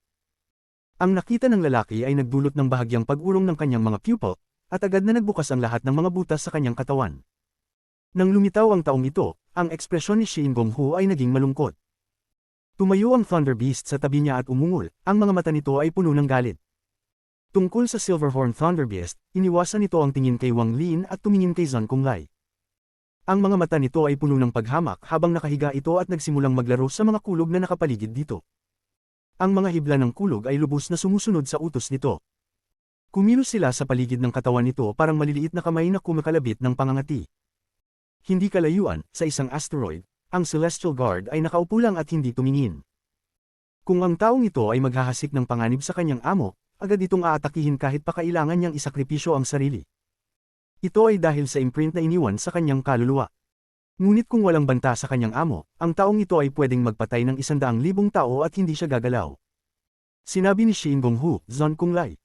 Maingat na inalis ng pambabaeng lalaki ang kanyang tingin kay Wang Lin dahil natatakot siyang magdulot ng maling pagkakaintindi.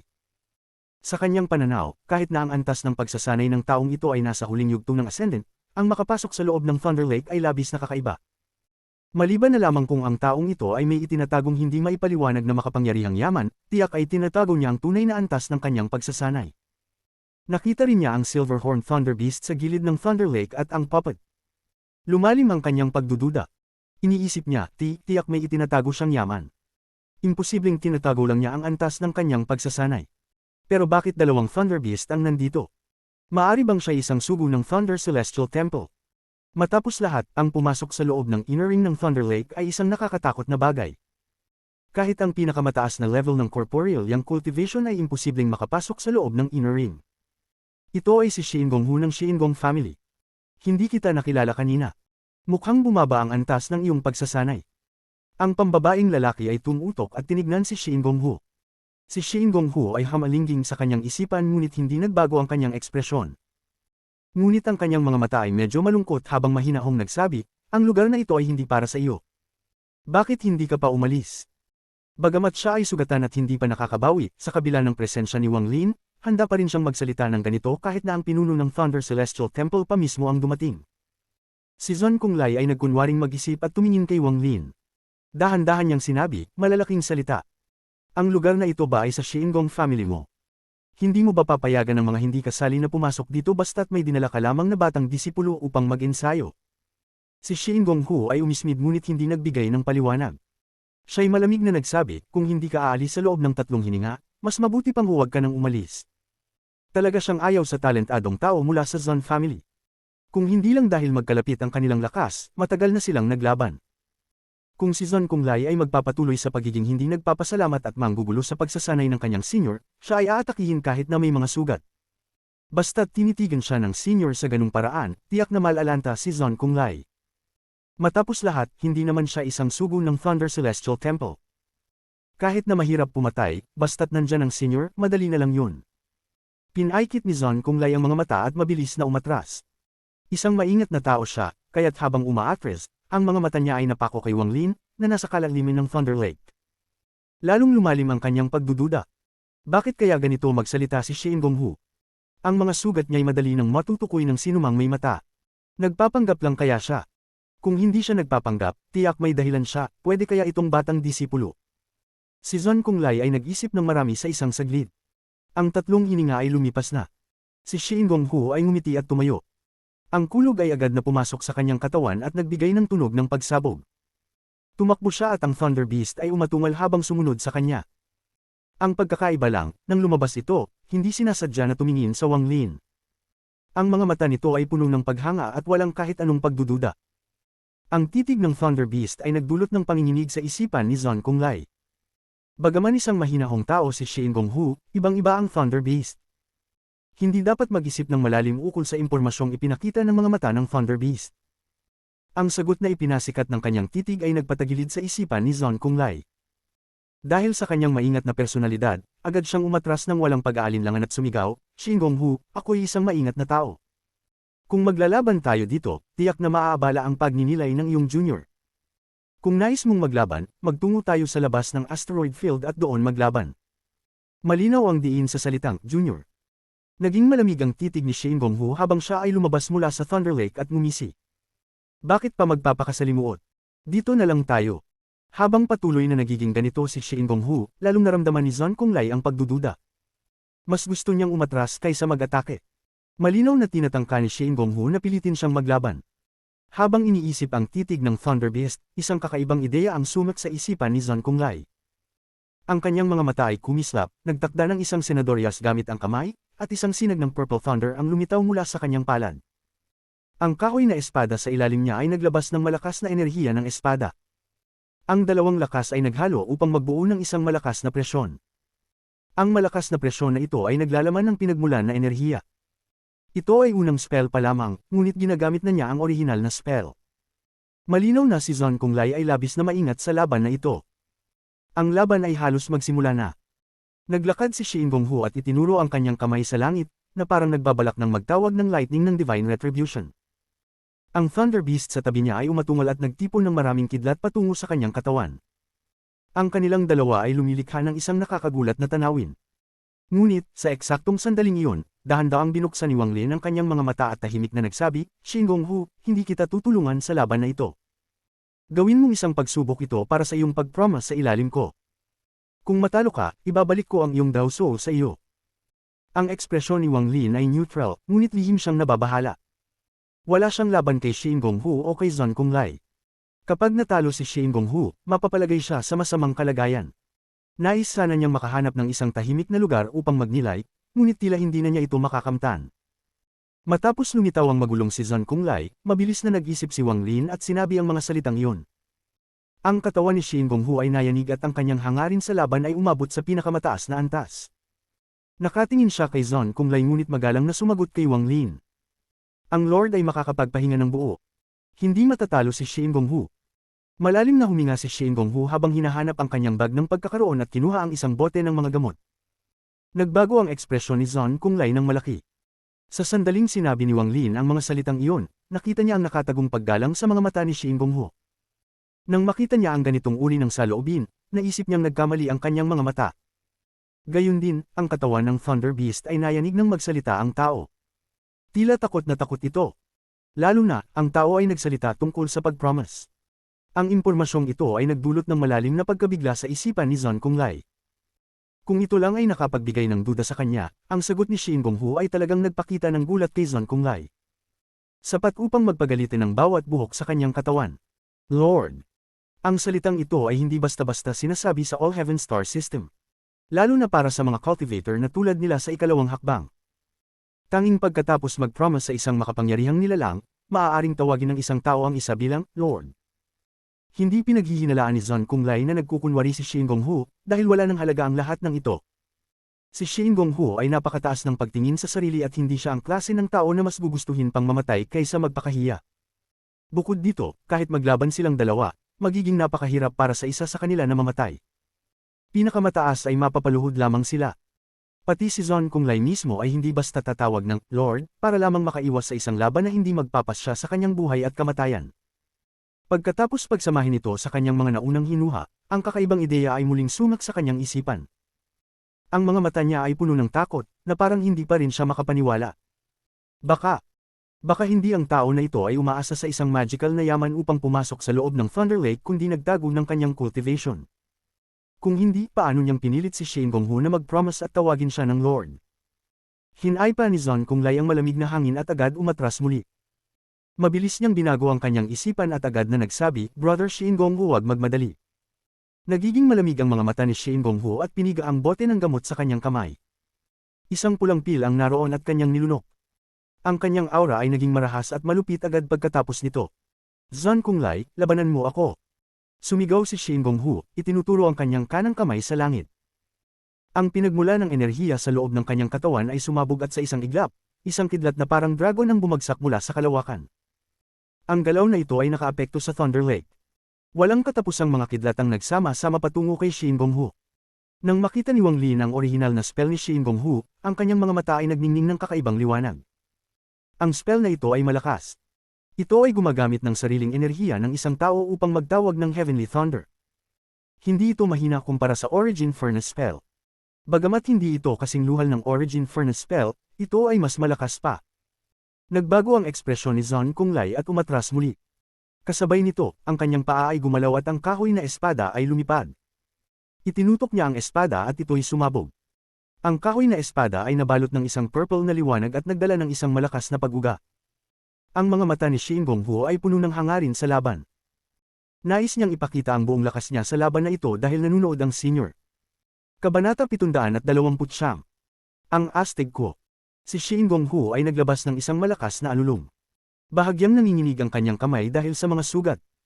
Bagaman bahagyang nakarecover siya at may tulong mula sa gamot ng Thunder Celestial Temple na nakapagpigil sa mga sugat, na nagbigay daan para maabot ang kanyang rurok pansamantala, hindi pa rin ito sapat upang gamitin ang spell na ito. Pinagdiinan niya ang kanyang mga ngipin at biglang ibinaba ang kanyang kanang kamay. Ang Divine Tribulation Lightning na biglang lumitaw ay bumagsak na may hindi matatawarang lakas. Nagbago ang ekspresyon ni Zon Kunglai at nagbago ang kulay ng kanyang mukha. Mabilis niyang nabuo ang mga seal at nagsabog ng isang bahagi ng kanyang vitality na tumama sa kahoy na espada. Ang kahoy na espada ay nagbigay ng malakas na alulong bago nagbuga ng malakas na sword energy at tumama ng diretso sa Divine Tribulation Lightning. Nang magbanggaan ang dalawa, isang nakakagulat na pagsabog ang kumalat sa buong lugar. Ang kidlat ay gumuho at umatras ang kahoy na espada. Ang natirang origin energy ay umabot sa isang limitasyon at nagdulot ng pagguho ng mga asteroids. Nanginginig ang katawan ni Zon Kunglai at umatras ng ilang hakbang. Ang kanyang ekspresyon ay mapatla habang matalim siyang tumitig kay Shin Gonghu. Siya ay galit, at ngayon, ang kanyang mga mata ay puno ng balak na makipaglaban. Si Shin Gonghu ay umatras din hanggang sa mapunta siya sa tabi ng Thunder Lake. May dugo sa gilid ng kanyang bibig. Tumingin siya kay Zon Kunglai at ngumiti. Ang mukha mong pambabae ay hindi kaaya-aya sa aking mata. Hindi ko inakala na may kakayahan ka pala. Ang mga mata ni Wang Lin ay kumislap. Masusing pinanood niya ang laban kanina at nakakuha siya ng ilang pagpapaliwanag. Hindi niya kayang tiisin ang isang hit mula sa alinman sa dalawang corporeal yang origin spells na ito. Gayunpaman, nakakita siya ng ilang problema. Parang hindi perpekto ang origin spell ni Shin Gonghu. Ang lakas ng Divine Retribution Lightning ay dapat ay mas malakas. Si Wang Lin ay nakakita na sa mundo ng third step, at bago pa siya pumasok sa inner ring, napansin na niya ang batas ng kidlat. Kaya't hindi na siya nagulat nang makita niya ang mga problema sa spell ni Shin Gonghu. Ang ganitong klase ng phenomena ay minsan nangyayari sa martial arts world ng mortal na mundo. Ang isang tao na walang alam na martial arts ngunit nakabasa ng maraming secret techniques at manuals ay madalas makakita ng problema sa isang galaw habang siya ay tagamasid. Bagaman nakikita ng isang tao ang mga teknikal na problema at nagbibigay ng mga suhestyon, hindi siya kayang gamitin ito sa sarili niya. Si Wang Lin ay kasalukuyang nasa ganitong estado.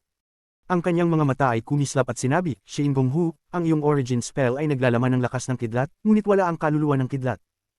Bagaman ang iyong Dao Heart ay nagsanib dito, hindi pa rin ito sapat. Ang iyong pananampalataya ay kulang sa lakas ng kidlat. Nagulat si Shin Gong-hu. Hindi ito ang unang beses na narinig niya ang mga salitang iyon. Sinabi na rin ito ng Lord ng Thunder Celestial Temple at ng mga matatandang miyembro ng kanyang pamilya. Subalit, nang marinig niya ito mula kay Wang Lin, siya ay nababahala at magalang na sinabi, pakiusap, magbigay ng gabay, Panginoon. Hindi lamang si Shin Gong-hu ang nagulat, kundi pati na rin si Zhon Konglai sa malayo. Siya ay lalo pang naging mas kumbinsido sa absurd na spekulasyon na mayroon siya. Pareho silang may parehong problema ni Shin Gong-hu. Sinabi din ng matandang miyembro ng pamilya Zhon ito, at ito ay isang bagay na kailangan nilang unawain sa kanilang sarili. Ito ay isang bagay na kahit ang mga matatanda ay hindi talaga nauunawaan at patuloy pang natutuklasan, kaya't paano nila ituturo sa kanilang mga juniors kung hindi nila alam kung ano ang tama o mali? Kung tama sila, ayos lang, ngunit paano kung mali sila? Sa wakas, walang nakakaalam kung ang kanilang landas ay tama o mali kumpara sa tunay na landas. Ito ay dahil tanging ang landas patungo sa third step ang alam nila. Gayunpaman, si Wang Lin ay naiiba. Nakita niya ang third step, kaya't alam niya ang tamang direksyon ng progreso. Ang iba ay natatakot magsalita, dahil kahit magsalita sila, hindi nila tiyak kung ito ay tama. Ngunit si Wang Lin ay naiiba. Alam niyang tama ang kanyang sinabi. Ang kasalukuyang tagpo ay labis na kakaiba. Parehong si Shin Gong-hu at Zhon Konglai ay naglalaban ng matindi at puno ng nakakatakot na laban ng balak, ngunit sa susunod na sandali, pareho nilang itinigil ang laban. Sa halip, sila ay nakatutok kay Wang Lin. Magkaiba ang kanilang mga mata. Ang mata ni Shin Gong-hu ay puno ng bulag na paggalang, samantalang ang mata ni Zhon Konglai ay puno ng pagdududa. Hindi na nagpatuloy magsalita si Wang Lin. Ang ganitong bagay ay hindi madaling ipaliwanag ng malinaw. Bagaman magulo, kapag naintindihan, maiintindihan.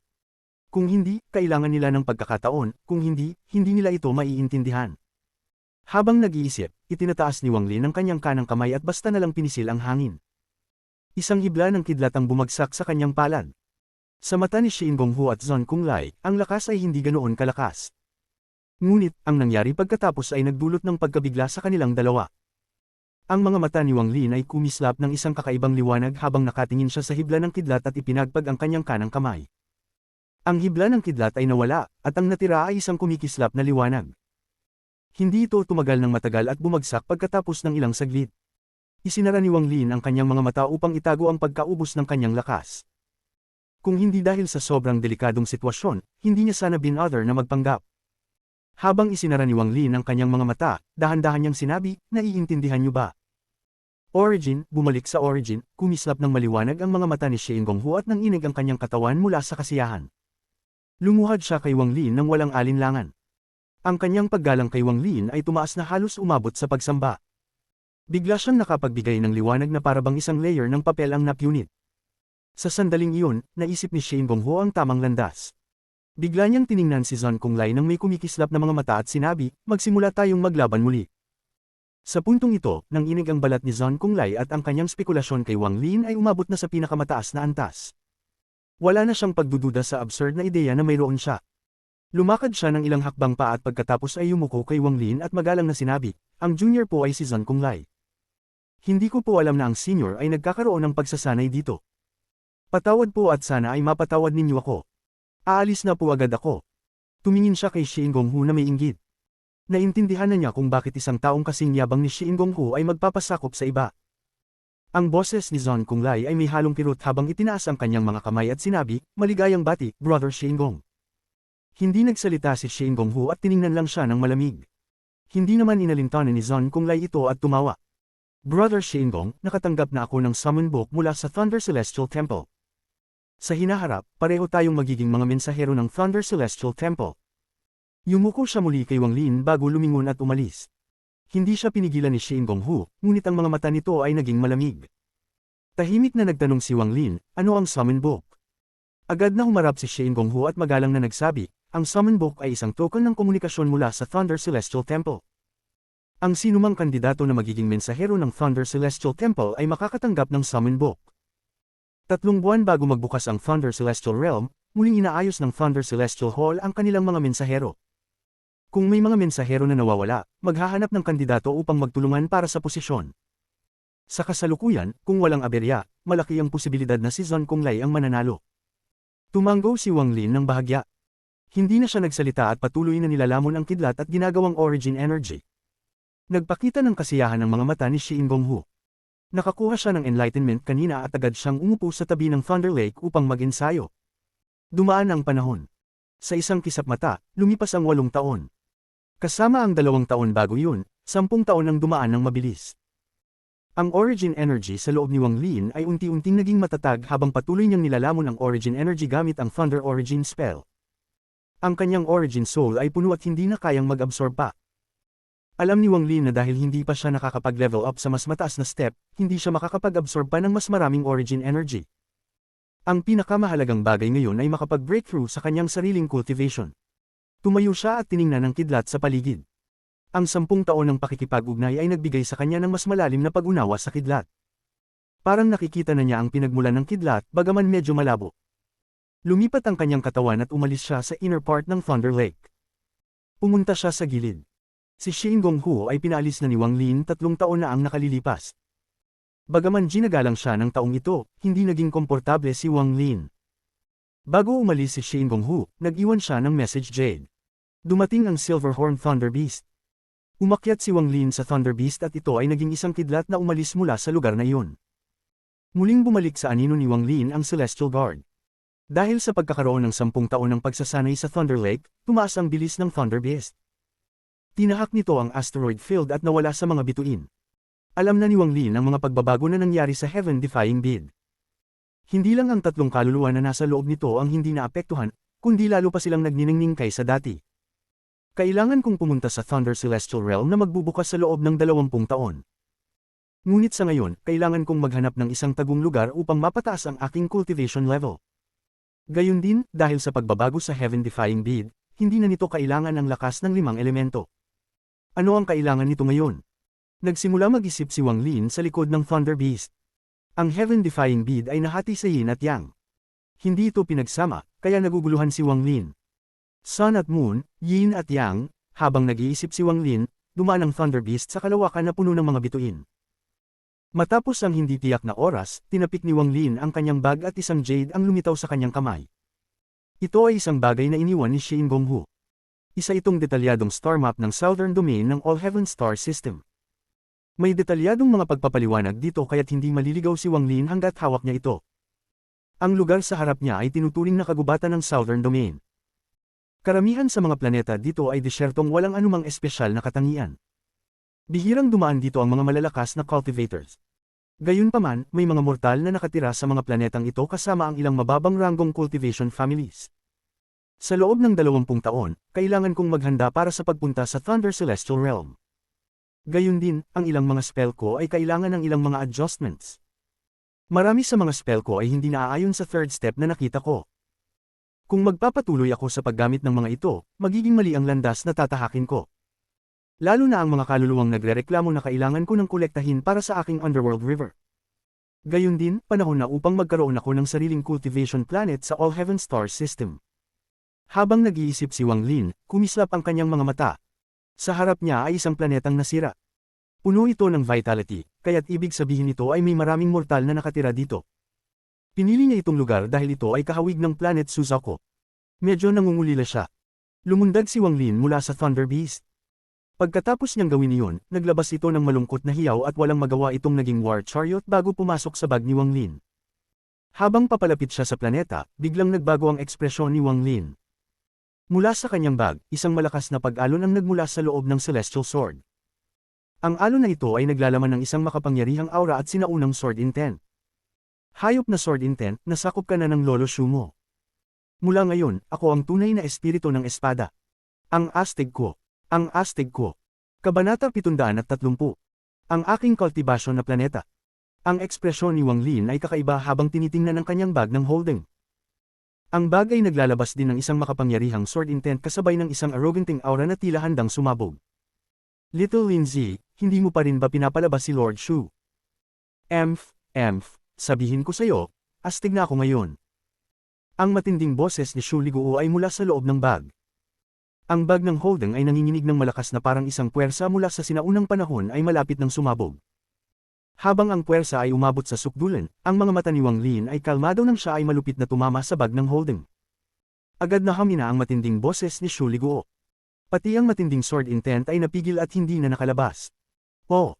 Little Lindsay, hindi mo pa rin ba naiintindihan ang sitwasyon, hindi kita sisihin. Hindi na ako yung maliit na Shu Liguo na dati. Ako ngayon ay nagmana ng sinaunang sword intent. Bago pa siya makapagsalita, bumuo ng seal ang kamay ni Wang Lin at tinutok ang daliri sa bag. Bigla na lang tumigil ang boses ni Shu Liguo. Nagkunwaring nag-isip sandali si Wang Lin at kalmadong nagsabi, maingay. Mabilis na tumakbo ang kanyang katawan patungo sa planeta sa harapan niya. Mula sa malayo, ang planetang ito ay tinakpan ng asol. Parang karamihan ng ibabaw nito ay pawang mga karagatang naglalaman ng buhay. Ang vitality na nagmumula dito ay malakas. Malinaw na maraming mortal ang nakatira dito. Mabilis ang bilis ni Wang Lin. Siya ay parang isang meteor habang tumatakbo patungo sa planeta. Dahil sa sobrang bilis ng galaw, nagkaroon ng elliptical light cone sa paligid niya. Tumagos siya sa kalawakan habang dumadapo sa planeta. Ang atmosphere ng planetang ito ay manipis at dumaan si Wang Lin diretso dito. Nang makarating siya sa kalangitan ng planeta at tumingin pababa, ipinakita niya ang isang bahid ng pagkalito. Ang lugar na ito ay sobrang kahawig ng planeta Suzaku. Hindi ito sa hitsura, kundi sa pakiramdam at aura. Ipinakalat ni Wang Lin ang kanyang divine sense at sinuri ang planeta. May mga cultivators dito, pero ang pinakamalakas na cultivator ay nasa nascent soul stage lamang. Wala ni isang soul formation cultivator. Nag-isip siya sandali. Nagdesisyon siyang hindi maghanap ng lihim na lugar, kundi pumili ng pinakamataas na bundok sa planeta. Pagkatapos niyang matukoy ang bundok, lumipad siya diretso dito. Ang Fengyun Peak ay ang pinakamataas na tuktok sa planeta Qingling. Bagamat manipis ang espiritual na enerhiya dito, may kahangahangang tanawin. Mula sa tuktok ng bundok, makikita ang dulo ng mundo. Tinakpin din ito ng ulap, kaya't mukhang isang celestial mountain. Marami ang mga cultivation family sa planeta Qingling. Ang bilang ng mga ito ay katumbas ng dami ng mga mortal na bansa sa planetang ito. Halos bawat bansa ng mga mortal ay may isang o dalawang pamilya ng cultivation. Ang kakaibang phenomena na ito ay may kinalaman sa katotohanang ang planetang ito ay walang sapat na espiritual na enerhiya at walang soul formation cultivators. Ang Hengyun Peak ay pag-aari ng pamilya Zhang na may pinakamalaking bilang ng nascent soul cultivators. Karaniwan, ang mga nascent soul cultivators ng pamilya Zhang na malapit ng mamatay ay pupunta dito at magpapasok sa closed door cultivation upang subukang maunawaan ang kalangitan. Sa paglipas ng panahon, ang orihinal na maganda at malapit na bundok ay naging walang buhay dahil sa hindi maipaliwanag na dahilan. Pati ang hangin na dumaan mula sa bundok ay naging malamig. Sa araw na iyon, ang pinakamahabang panahon ng stock na nascent soul cultivator ng pamilya Zhang, ang pinuno ng pamilya, si Zhang Xinhai, ay lumabas mula sa bundok na puno ng death aura. Bawat cultivator na malapit ng mamatay ay dumadaan sa cycle na ito. Uupo sila sa tuktok ng Hengyun Peak at titignan ang kalangitan habang dahan-daang nauubos ang kanilang buhay. Naramdaman niya na ang kanyang katawan ay dahan-daang humihina. Mabigat at mabagal ang kanyang mga hakbang habang patungo siya sa tuktok ng bundok. Sa tuktok ng Hengyun Peak ay may isang malaking platform na bato. Nang makarating si Zhang Xinhai sa tuktok, agad niyang pinanipis ang kanyang mga mata. Tinitigan niya ang taong nasa platform gamit ang malabong tingin. Isang binata na nakasuot ng puti at ang itim na buhok ay kumakalat sa hangin. Ang mga damit nito ay tinatangay ng hangin at gumagawa ng tunog. Sa mga mata ni Zhang Xinhai, tila hindi umiiral ang taong ito. Hindi niya nadama ang presensya ng sinuman gamit ang kanyang divine sense, pero malinaw niyang nakita ang tao gamit ang kanyang mga mata. Ang malupit na pagkakaibang ito ay nagdulot sa kanya ng takot at nakaramdam siya ng gulat. Ang binatang may itim na buhok ay hindi lumingon. Tinitingnan niya ang paglubog ng araw sa abot tanaw at kalmadong nagsabi, hindi masama ang lugar na ito. Ang simpleng pangungusap na ito ay walang lakas sa loob nito, ngunit nang umabot ito sa mga tainga ni Zhang Xinhai, agad nitong pinuno ang kanyang mahinang katawan ng lakas. Pinatahimik din ito ang kanyang pagkakakilanlan bilang isang makapangyarihang pinuno ng pamilya Zhang.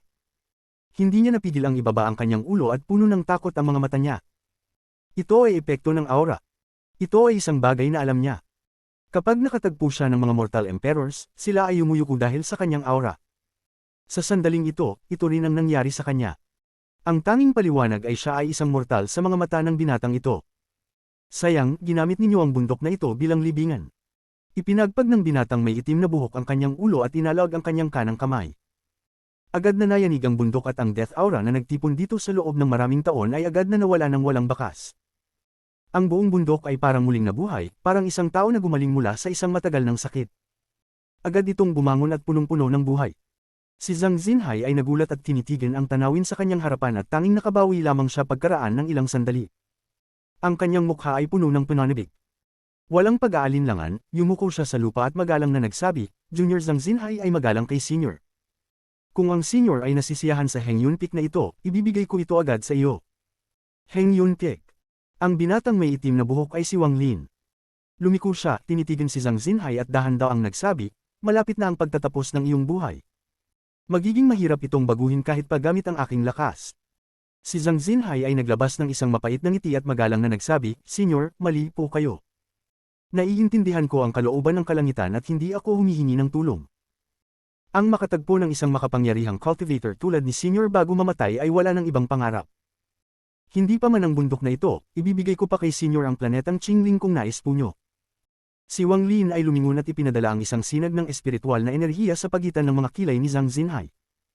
Marahan niyang sinabi, hindi ko kayang baguhin ang iyong buhay, pero ang pagsunog ng iyong espiritual na enerhiya upang pahabain ang iyong buhay ng 10 taon ay kaya kong gawin.